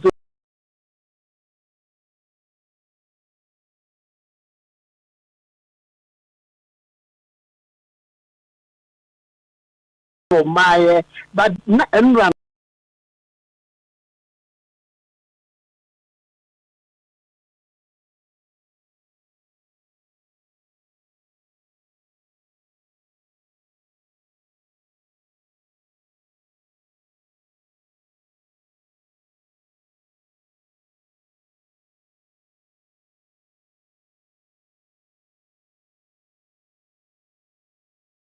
no, na other movies.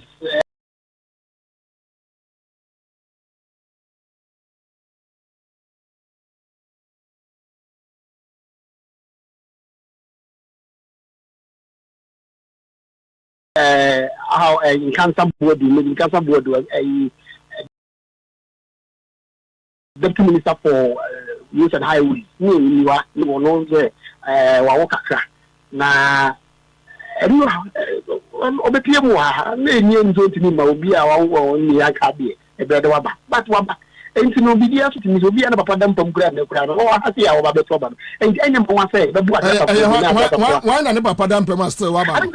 NBC must be the Baba for any Dino Namin. Why? The Dino, nearest Dino, but never finding out my catcher. And I did not done any brism. I don't need the bray, as I'm surprised, I must say, on the ground. See the papa. No, over body now the room dear and different. But to say the body we not let our battle. I obey accepted. And none of us say you have to be present at the time I hear to about present, members present. If your body know why I'm and it's always present. To me, that your body to what about you, that's not the problem. There, I see. All right. Finally, the atmosphere to say, well. I had tried what could I didn't know it's me done a bit in your trench position media and can you be here? Also, party method and trench position say no, you here I will be your own trade government. So, one of us say, I'm not a dinka, or more from the Babishim. Okay, don't know about dinka. Stand out about Ansah, any panel say, dear, oh, not so. Osmi di biya the dada no e no dada no no nyi wo so to wa woni say ye ntimi fa say agri minister pa agri no ye ni obi ama me hye ho ana say bia trade minister pa oh say ankanyu Dabi na say kwaku ye maji etimi maji ye friends ministers there bia ana ebinsi kromada just bia woni governance na bia be kasa ba say see from mampani kufo oye bi me hu ye retames ye bi me hu ye jomama ye bi ma hu ye enti dey na say ne but we dey address on the we say ministry be say trade come we dey come here I make a cry and creating a confusion on na ka bia situation number the minister and ke ko temi me ba cho kwaku say your tourism ministry right any or trade ministry now parliament one tourism and trade committee no yanka mo munya anyone bibisa but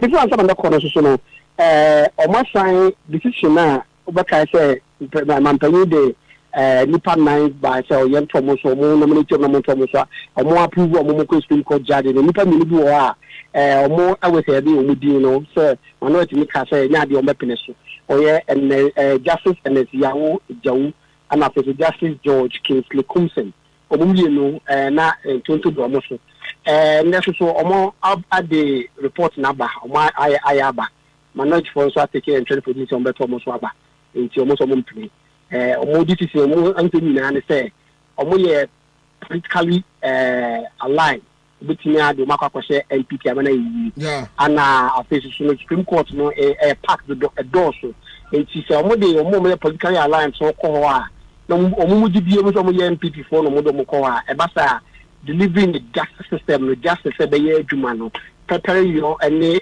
fine mo no and yeah, they because you minority for so rejected from the trouble. Number majority for the say, now they qualify, the BR to qualify, and also in your politics, they in the money some come politics. Once the things like a more debate, say you don't qualify, and a political inquiry, they also support it. And see, you now almost all a hearing from the Swaba. Okay, that's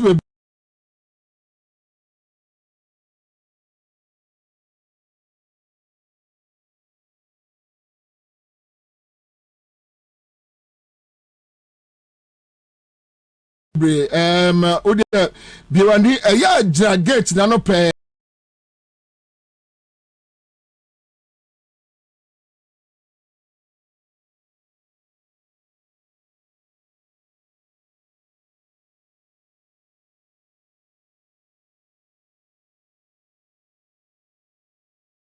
sebe ya obi betwa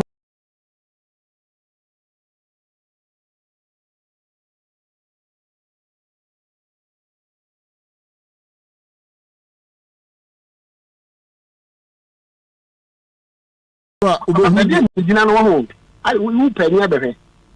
What made just a minute? I didn't move from me. Let's say, yeah, but then the name of 2 pen and this is here. She said the Aquaban is a ticket class here 2 years or belt and money in our boom. Up from 2 months and a master attack. Come on, can't wait the uncle. Debbie, almost Debbie,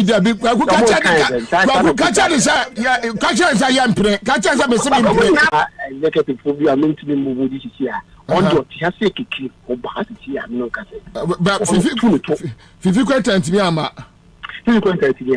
Okay, all right, Kwaku. Yeah, that's the best about chamber. All right, okay. So I'm not back to the studio.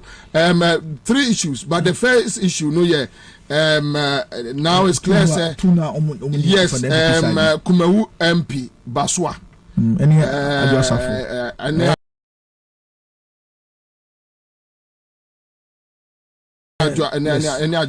So I was right about the about Ajosafo. Yes. So right. Ajosafo the ultimate, but of course, MP or the home family there, you cannot wish that on anybody. And yeah, they are definitely as human being, you would wish ill health on Ubia, but maybe soon.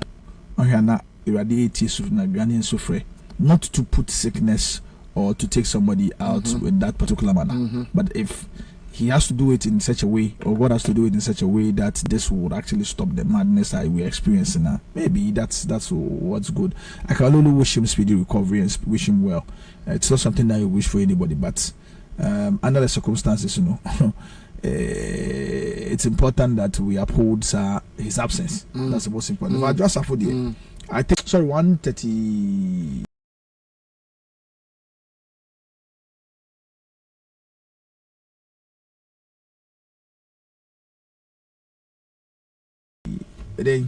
So 137.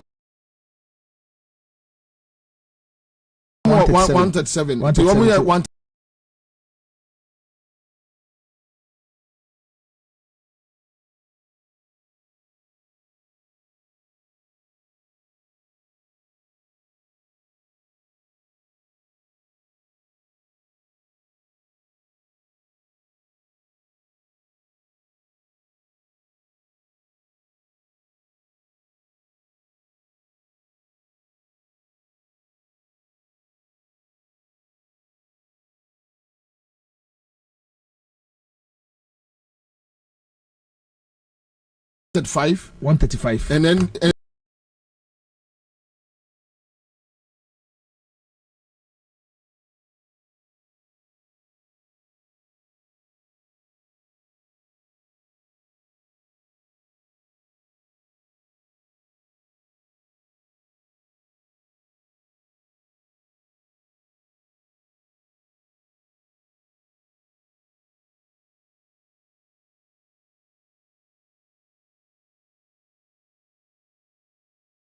This is doing 136, which means that no NDC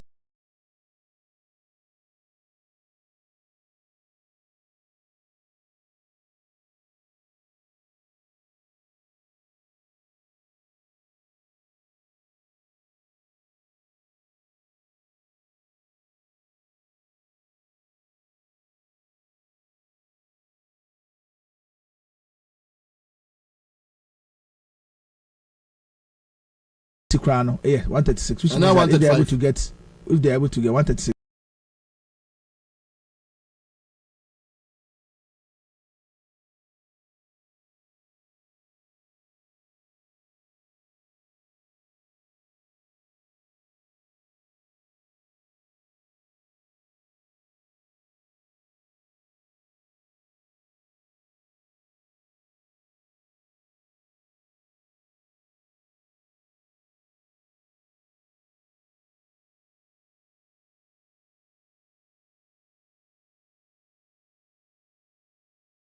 $135, 136. Okay. If they're able to get a Joseph in that balance.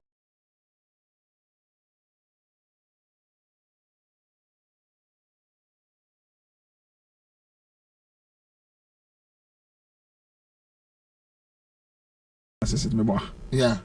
But maybe I just will keep faith with Ghanaians. I mean, she knows that they are on their way to punishing her anyway. so maybe she will keep faith with Ghanaians. But if you are not just also like Basu, I be on share that. Maybe on share that, but in this particular. But I pay me one said no was it because your report and see almost who could pimu kumase or koye well, she's keeping faith with Ghanaians.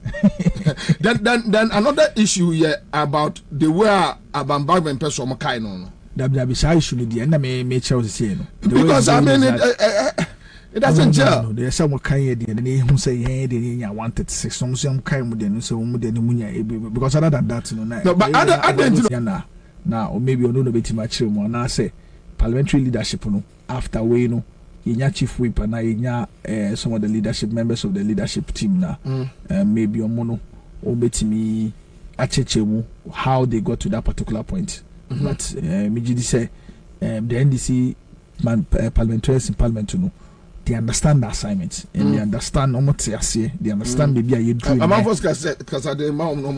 understand Ghanaians the hardships that we are going in at this particular point, and I think that they understand say they have to keep faith with Ghanaians and they have to stand with us. Yes, so I mean for me we should be able to assert your stances in parliament at this point, because in any case this is the stance that Ghanaians are expecting. This is the stance that Ghanaians are expecting to show say we are truly the alternative. Okay, so now about the presence of General Mosquito, and now he was there today, he is there. The radio Room said these are some of the things that set General apart from a lot of politicians. We're fun of serious. I mean, yesterday he was there and that's what he wants to ensure, say, and let me try to say, he knew from the mandate that was given to him at the Congress, say, this is not the time to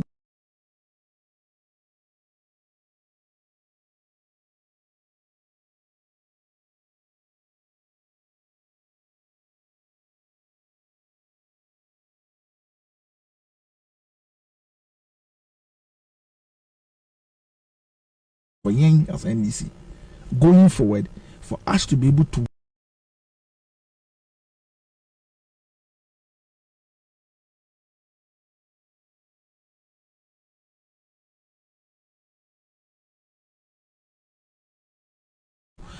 chairman has shown say he's but the Ekachem say they are forcing their way, they want to use the military chopper to go and pick him. No, but this is one of the things that undermine parliamentary democracy. This is not the best. Is absent, that's it. We should proceed with the reporter. The rules are simple. The vote have gone. We can't come back to it. So what's brief is so it's likely say I mean Ghanaians should see it, but for me, my main concern now is that let's all judge, but so that we're bred with the misrule, we're bred with the recklessness, we're bred with the total disregard of people like her. Because the disregard, as I say, no, it's not only Ghanaians. So even as if it's not total disregard, how did the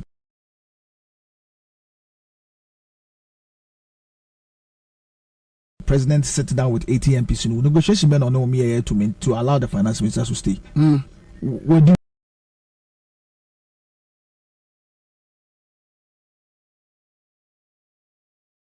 We do fence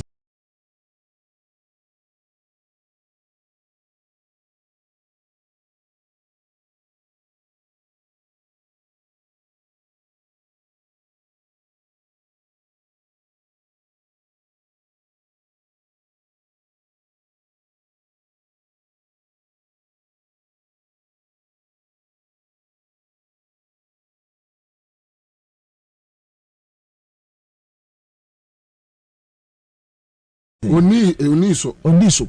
So if this is the some of the things she will know, but I'm very certain say in her head today she's keeping faith with Ghanaians. She's also tired of all these but things. But the main point is say Adwoa from all indications yesterday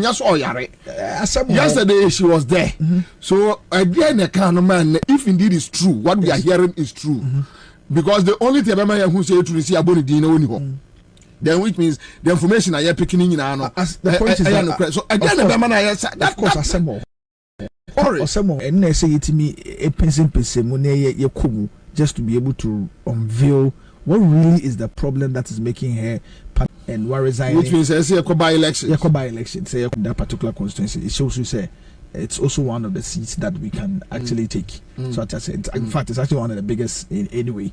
But most importantly, if she resigns today, and they find a replacement for her, and if they go about it in the ways they went about it in 2020, and they're able to replace her with another MP, then we are doomed. But if she's there now, she can be that one that posterity will be kind to. At least she stood up for the rights of the people. She stood up for the people where it matters most.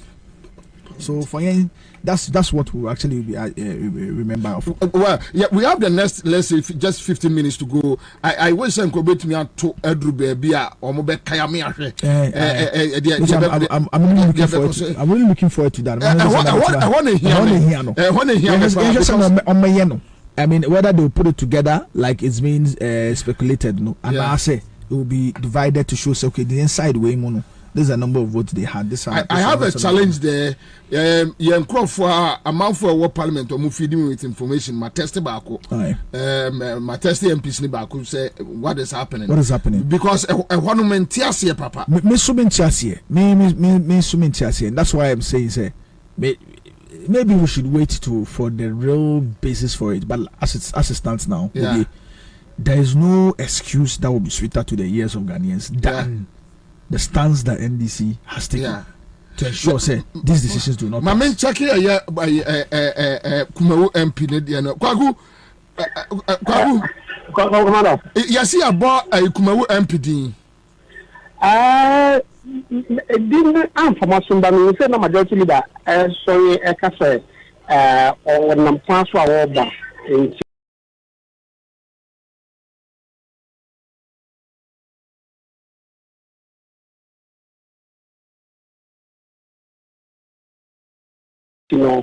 Or say command, but say, I'm going to know what any assumption. The thing that we want to say about India. No, but yeah, we know the confirmation is that Yabonidi and majority leader so Namkwemuba. But the rules now, majority leader secretary permission, but it comes from the other side. No. And to mean the speaker so and country. I do. Do P column also about the alphabetical order level. A D F question on C side of a DRSA or do sa alphabet now Philip Baswa no why.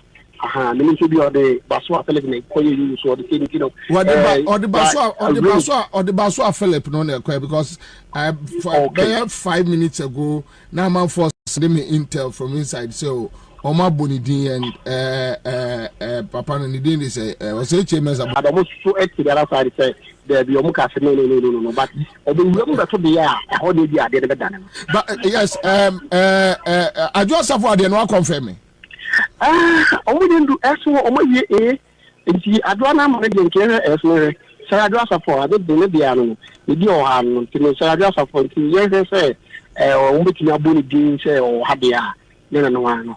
But so far, no young say, yes, all around, but all my back when you are not to the Tia party, yet to take the election, but we are moving yet to another. But things may change. Okay, so I have about 2-3 issues as to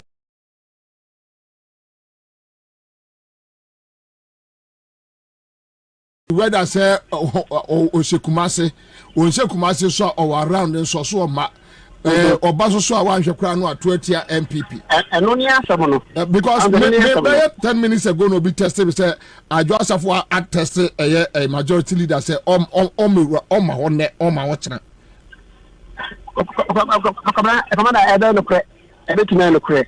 because my many issue need to some sana some court to move into the you know yeah they are more than enough court and you know now so move into as long as they are no condition because we want to I'm not negotiation okay all right kwaku aso abetimi abedru ho said you can no say ne yare no woman yet asese ba bi oda no enya mitimi nim kwa ya obefa so abedru but wo de yenhwe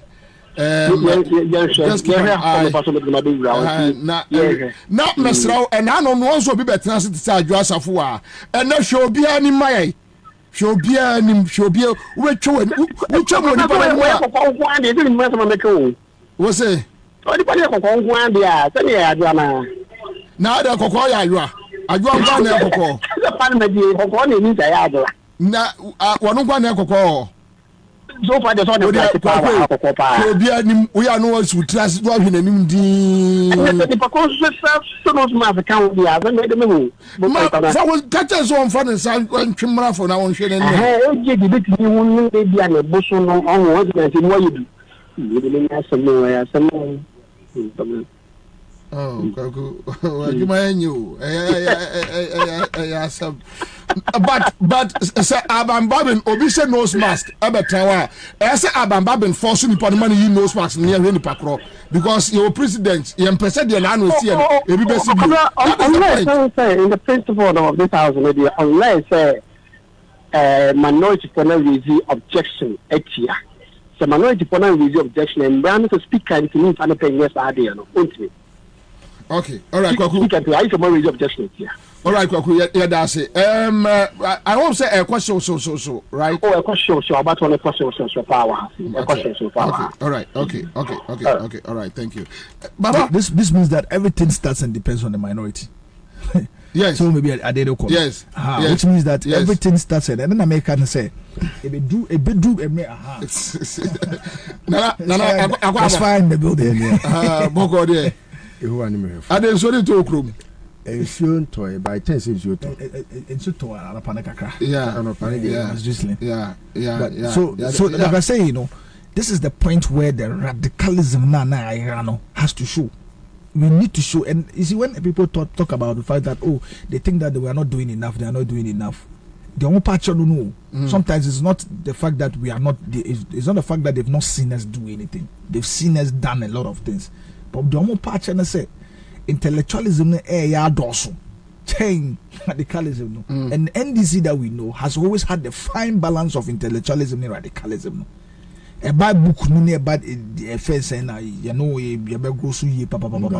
when it comes to radicalism and militancy approaching it there, and also so you won't miss us there. So when it gets to this particular point, that is where why intellectualism man Ekusi was saying. Still the MPP is still disregarding the people and still pushing some of this decision through. So when you get to that particular point, that is the point where the radicalism should actually start with you, not the people. The people want to see you face the bullets, not them. Before. Yeah, so point I drew Bayer 40 minutes ago, or 30 minutes ago, any picking tell say almost short to be two. Ampa call a reporter or not just say Baswa and home fano. And Adwasafu I saw in them Kumasi. Then Sisiano. And yet to say almost so de Baswa Eba majority leader as I say, but yes, Baswa Eba a whole lot of, but it seems that the MPP's back is at the wall. Yamine Chiomuka.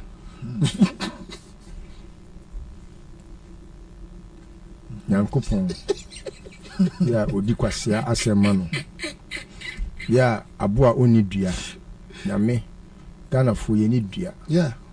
Yayemobo sebi nipa dasani ya enka wunyi nenka sebi o utirimu ogo nenka utirimu yemre bakufo do nyini no afi na bone mese o man ni mu nipa nyina memfa ho ne de ebesie eguma man yoku MPP me say go man no me destroy bibia me dem sabe so bia me say no from the one Akufo-Addo be mampeni till date.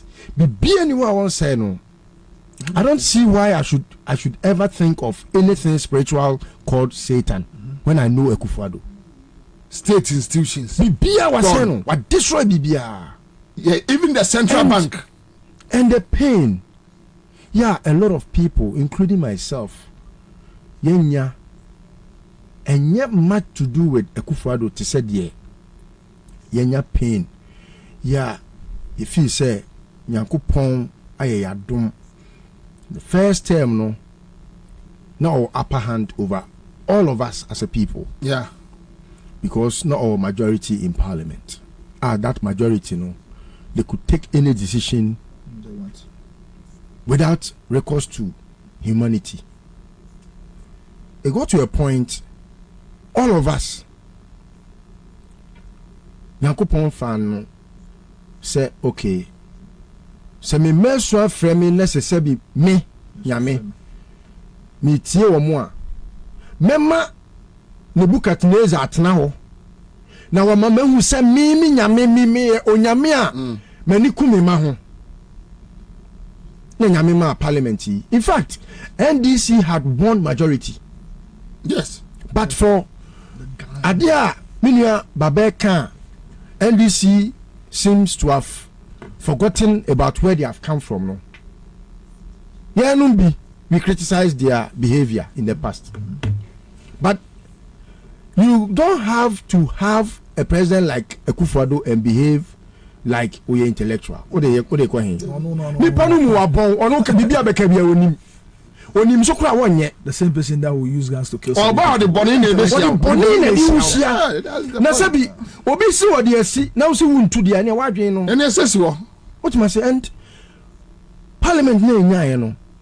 I die at Twabama, Speaker Bagbin. Me Bagbin, me didn't hear you. Me didn't hear you. Complaining. Oh, yeah, me didn't hear you. Why not? Me didn't hear you. You see, I have been very quiet because of his health. Yes. But me now you have for Emma Messe Mino.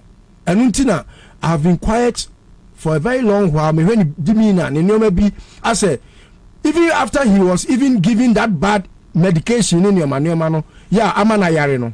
Se untimi mfa ho na umfa adwendwen enko omane ho a. Medi ho yawo.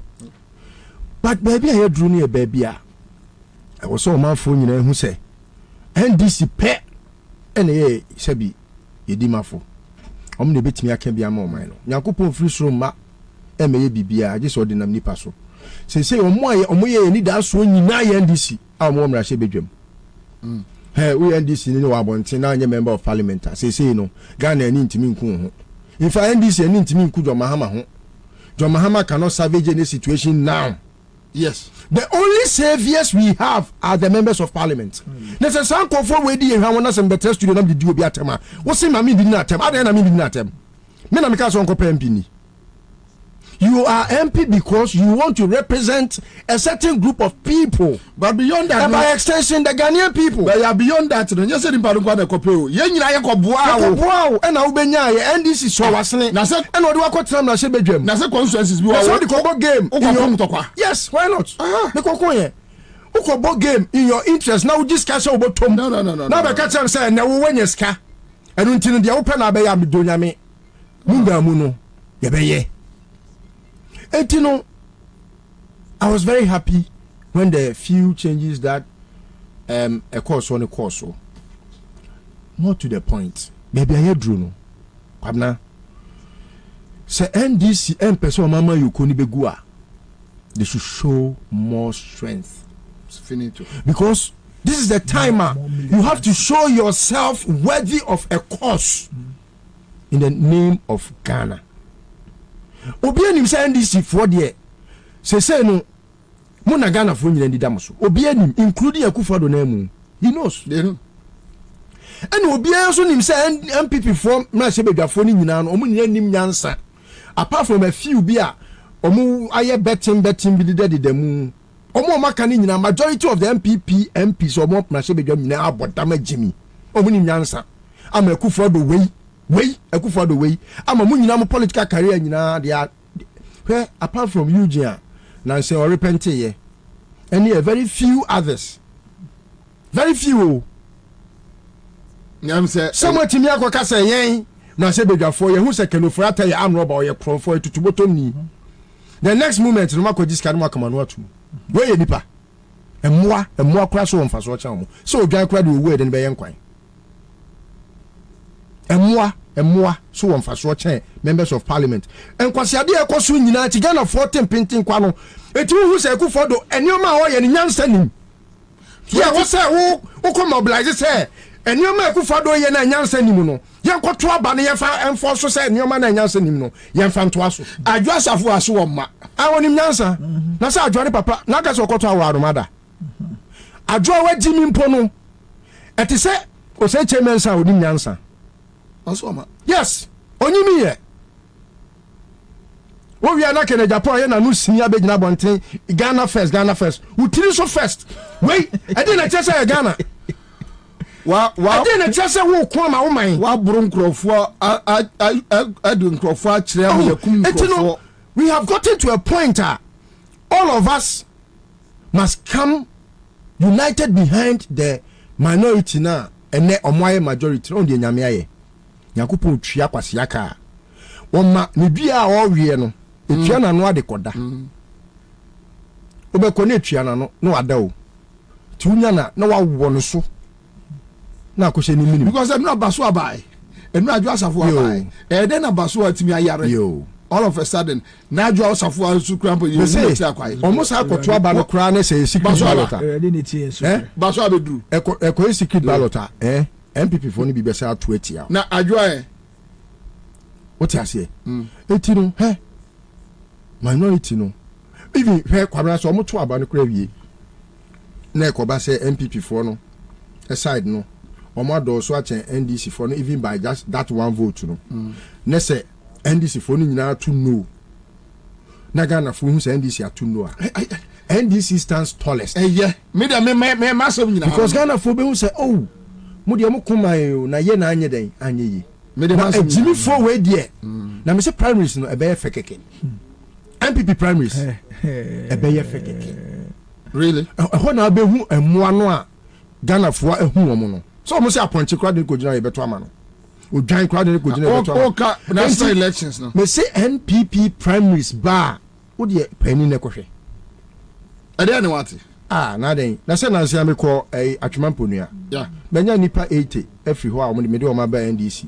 Me beji NDC cars amomo. Me ba o mo say NDC for o mo beto aba presidential candidate any parliamentary. Nti yen twen o mo wi a no ma beji card amomo. Nti makacho mo maba o ma no ba. O mo say me ba atwemampo nua bie ma me ba me fa 1000 t-shirts. Make sure say the JM anim dem. Yeah, it is ensroma, eshren. Me family o mo.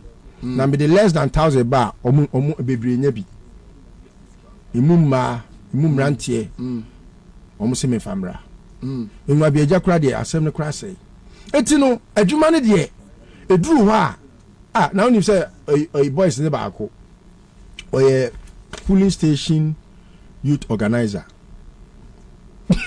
I see. Remember quick Charles when I free parliament nebe no, you should. Don't worry, we're 5 minutes. Yeah. Who free parliament neighbor? Yeah, me free neighbor. Baswaba. For now, feedback on the man's and free on the say. Omo numbers in I just say yinkwa Ansah for an in you. And it is only number. Oh, me can't say my end to abaning me. Polling agency in a home. MPC no so yes, so body and you and him. Ansah na abano wato. Ube surface. Yeah, by no na omadu e column. E4 neto. Abano oji abeto 5. Obeto 5. Yes or no. O 2 we we ministers in the next kwan with the mua. Near by judges no so.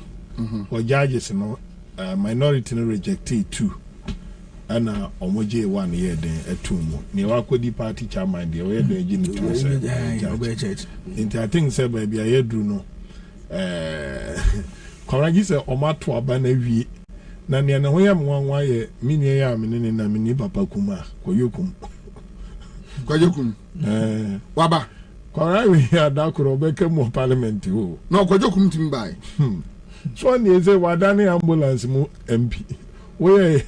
But ambulance na dey buy. David dey o man use ambulance.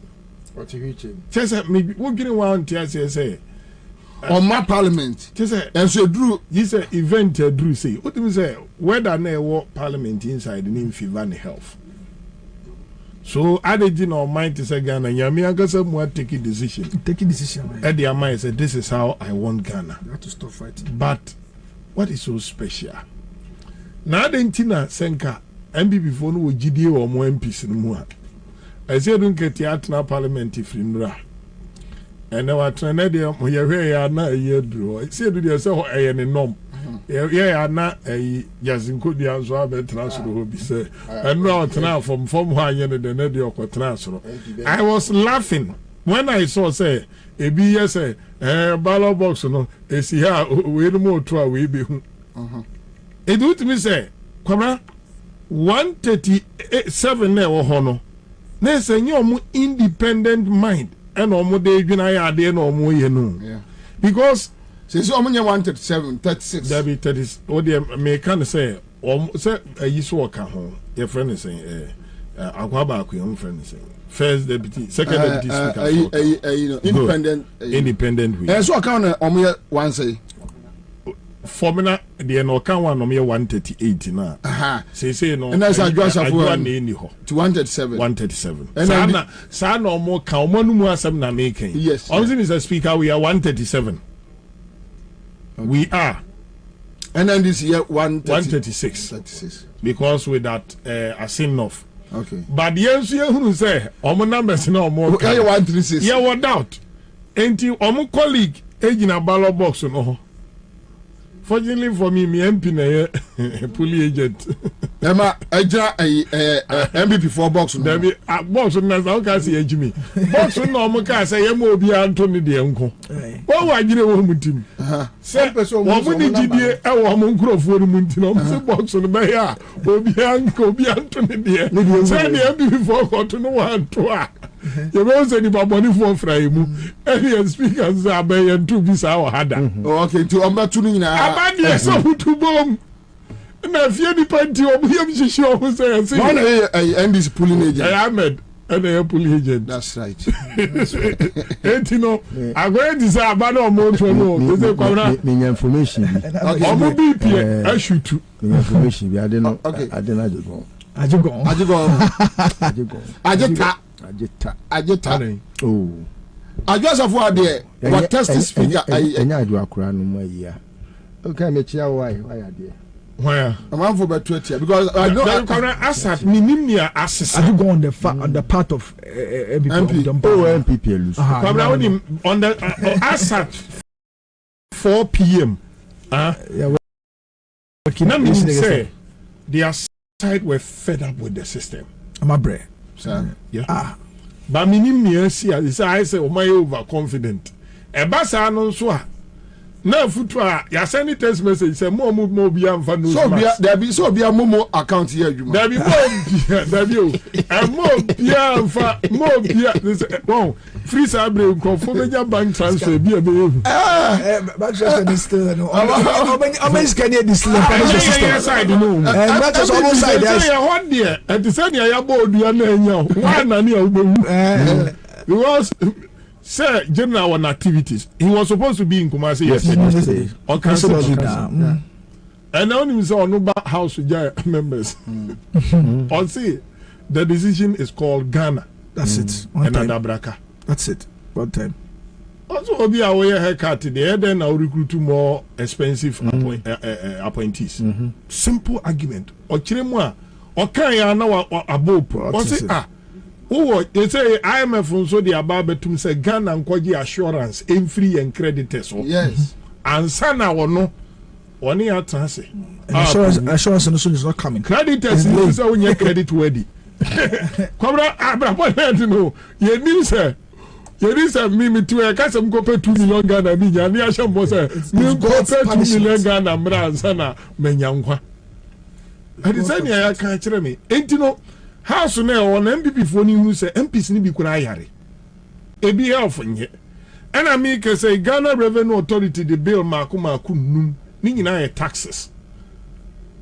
Taxes, new taxes. I dey kan ho. Say Jituma. Entimis was a situation where say Jituma be cut to what percent? Say 21%. Jituma will come to about what 24-25% taxes na. Separate ones on. When there be bet me I rent. Be bet me I rent. Enti expect say so mo gi rent dey tuma or rent be kosoro. And na onim taxes na mo say enya 4 billion annually. Every year. Sa 4 billion no kwabra ni source so bi aniwa efiri oil efiri ankran no sa ne mani nyina da o enti no we no say ye mpene so anka munyintum na eno no so bia agi mienu atum ni abo miensa agu anya sa say minister bia anko adwuma o omo se omo nim no omo ye adeboni bia efiri na otwe ebesimi eni so mbekọ aba no de bia minister bia ebekọ parliament. Because I did one of my to swaba. Come on, baby, you do no. About 1 year, but I can see him. Because Yamia Duma may a primaries. Election year 2020 to 2024. I think you have a critical moment. Yeah, but when him, yeah, problem of bosses, yeah, NDC MPC some belu some bomba barbro inside. Oh, let me tell you one thing. Let me tell you one thing I've noticed about I've noticed one thing about NDC MPs. The difference between Omone and NPP MPs no. Baako di nefu nenam. Baako edi omaino nenam. NPP MP bien wo tise okujeto. That one the constituency. I mentioned Okujeto because maybe I have been seeing more of him on the Facebook. Pokuya Soya, Quinsta, Ahmed, any like all those people. Where Chemensa cannot tell Adia or Beye Mrashibe Janino. Why ye Amazon for Untiminka, Onibi. No significant. No significant. We have been working in the interest of Kana Emra. Meboa. The reality of that rule now. MP, why ye be a man a constituency and say what to football JC Amomo? Football JC. A man may say JC in Frankojum. An election and watch bro. What I say. But so the way I did diligence echo madwuma as NDC MPs no. Unusu primaries krana obeka se alayaka wo ami obeka ena they understand democracy to the point say yes minya kameye because ono ohun ni musa okotu obi ansa na oba what I say in several omo ankasa komra shebedwe mu akohu say the constituents enya more of me. It is a Mikolusu primaries I deserve to lose. It is omu lusu na so omu kosa omu kwa barbara. So omu lusu ni nyina ebe hu omu. Yeah. And the eagle liar said you get ya si parliament so na. Omu ni baby afa. Kokotako. Baba that just 2 minutes. Okay, but last me the idea be esre. Say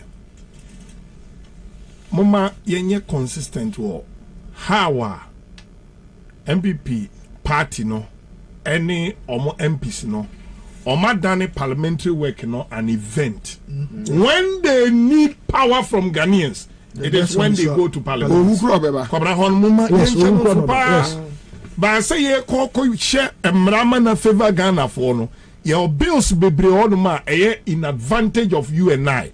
They don't talk about it. Oh, they have stress on the FM when it comes to e-levy. We have stress on the FM when it comes to approval of ministers. Edu so mo pe eti obi amo aso fa so pa oba be ya magana Minister of State and the Minister of the Finance and then kwabla ye local government ye additional minister when you say local government or two deputies. Yes. Oh yeah, or two deputies. Two deputies A2 Damboche Martin Kosa and Akomadan MP. 2. And the question we are asking is say, I didn't what you said na omu nyina begu mo omu nya approval na hwe. O po mo 28 30 13 15. Just NDC for na e ba dey aso. Yen no Ghana ho nya ni ye. Edru some of bepe power. Na mo nyina koye na parliamentary nya ba bi mbake. Anyway, and that demonstration in Baso. I Kwabena koye. Okay. Name presidency for no man mejo omkrata no. Ewo parliament so offense wonum. Agiare honum and na wohwe ni omanim ya yesresre. Enti Kwabena so for how enti offense wonum. Me ne me mam for no fam. Akweman so twi. Yeah, the petition come out board secretary na hwe omanim asre say nkrofo pass amaka. Me wo fie nso ri je mu anam say amisa da nyame. Wan nyame. You see counter from my yes, and I make amisa da nyame. 1 minute. Me na ma kind of earlier no say it is time say we have that perfect balance of intellectualism and radicalism. No? That radicalism now, Kakra from Arsenal is what people are pointing to. So, credible sources from inside NDC 136, MPP 136. How? A pie sir. Among but that how? Yeah, 136, 136. 136, 136. A pie sir. 136. That's it. And it seems the information I'm getting now, and one that send this garden ye pass obin fair trade mayor because a man for person de bako a fair trade to so assume si buy. Into one more year in the pa. So maybe I mean Ghanaians are looking onto us. Yeah, you know, if we want to show, say, we are the true viable alternative, we are the government in waiting, you know, this is the time to stand with them. This is the time as radicalism, militancy, you know, we need to be able to bring it. We are buying our mono. When you show them too much intellectualism, so when you are dealing with such people, you deal with them with strong arms. Thank you. So if this is the point where in Parliament now, a battleground where we have to deal with them with strong arms and protect Ghanaians from the untold hardships they've visited on them all this while. Lizzo, I don't catch NDC MPs. NDC MPs, the meaning about Kana. O Krapen, Ede Kwakon, Obi Kraseka near you. And Sebi, then here say, also so long. Umfa. We have done a lot of debates. Oh, Kenyans are some on Pesobeti, the Obekebian, Abawum, as was say, Onfa. And you know, also China say, any emission to me. Oh, when you are dealing with someone who does not believe in the law, but believes in power, make sure you deal with him with power. Because no one has monopoly over Nkwasasem. Nti ono ya announce we otu ana weti manase odisi anu wetu Kwabena ade ba ko amesa aka kire Ghana fo nyina ne se me ni age atofo sen ho okay so far okay umi nyina ya monichidom umi nyina ya moano sebi ni sinto bia owo bia no so ono so ma Ghana fo hu woni Ahmed ne nuanum nyina in fact no way. They are still with us. No way. I met him in Kumasi and I saw the energy in him. Always poised for action. I haven't met your friend Haruna, but I still believe, say, knowing who he is, yes, even if things went wrong, he will correct it by himself and then reset into action. I believe, say, the future is brighter. And the stronger we are now, the better we are tomorrow. Inshallah. Live on Accra 100.5 Citizen Show. Tabia Heba Center. Woman de Tabia Heba Meshaba. Tabia Heba capsules. Room memri bi. Usisi yo ya constipation abem me pachawa na wama onsa etumi aka bi ebebo papa. Quick Credit Investment Microcredit Limited. We are grateful. Sanso na city about center Domasipa. Give us ewa hase Minia Akwaba. Boss, my job is also. Kajatum. Yagase. Eusia, and then so Mama Menfa and Chakasia and Venfi. Give us a center. Akache and Fama Munina and ne Fiada Enumere. Ebra, I had the commander of the airwaves. What did the citizen show? And if Fiada Dianoso no Diabaguno. Now, Mr. Obi Biara would also 80 Accra 100.5 FM. Say, wo adjaso, say, would tear shame, say, trotro, Taisi, one cassa wufi, and answer baby, I will be ano. Mama Menfa and Chakasia, Emfa, Emamo, and enumerate pa. Na ebrani adon nyina no se menemu ebehia wa hanom a na enye nkomo bia na yebedi se ne yebetumi aboa ma ya pomuden afa ne ntoma pa efra na ya pomuden etumi akonkanti no ene ebrani adon nyina no na Give Us Herbal Center Odifu Charles na mabetena se na menemu edi nkomo kama pa na ene enwumre yebedi nkomo no mienu edi afa yenuro ahodo a yedi aba adwaman so no ebi na eya na waka se yenuro nyina eye ememu hahama eni ndubina a me no waka se yedi afa abafu nimde kwanso ene yedi aye duro no kama etumi yedi aba yewie no yedi koma FDA for mo so mo gi eye hwehwemu sampa eduro no esefata esayarwa hodo a yedi atototo se eduro no etumi sanenti no yemfa mbre na Ghana de hye yare ahodo a aye kwankro niama abasemto aba na enigye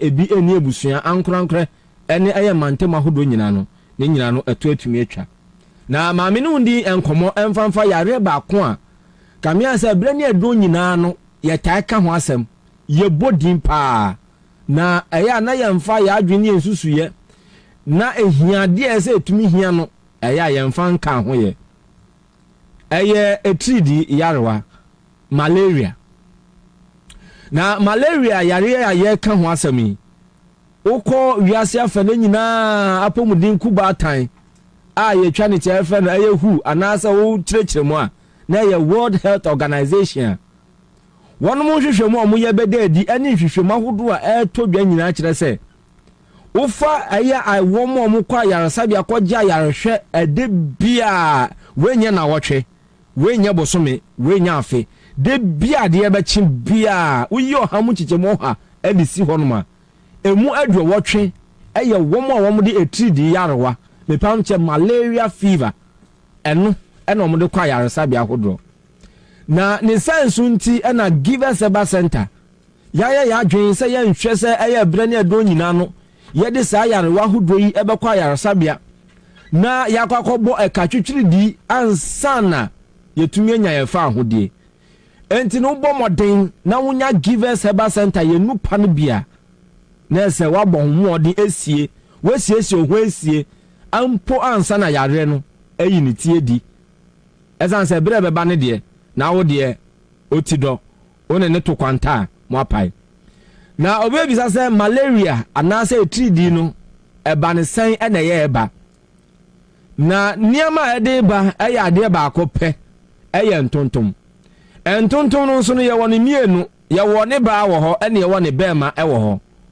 na ne ba ye friend eye female anopheles mosquito no ono na se wanya eye ahohyeso anase wanya ahweyie na wo ba be kawa oja ne ye friend eye plasmodium parasite emo no edi guidie no mu na no na se wontu ho na montema na eni moja no edi efuru sane anase edi afra eni ni di afra sa pe obo se na ahya ase na emowa no ewu gu ni pedua no mu na wu gu ni pedua no mu na wu gu ni pedua no mu se wontu ho na monse kim obo se na aginse mu eno na obo se na yare no so malaria na se etridi a ye ka ho asem eye yare kuntam pa ese yare bia se wa ma weni anko ama weni anko ho a ezan se bra eye plasmodium parasite no edidi widie no mu na edidi moja no mu na ani moja no edi afra no na ewura ni pedua ni ntini ni na akwa ni ba bia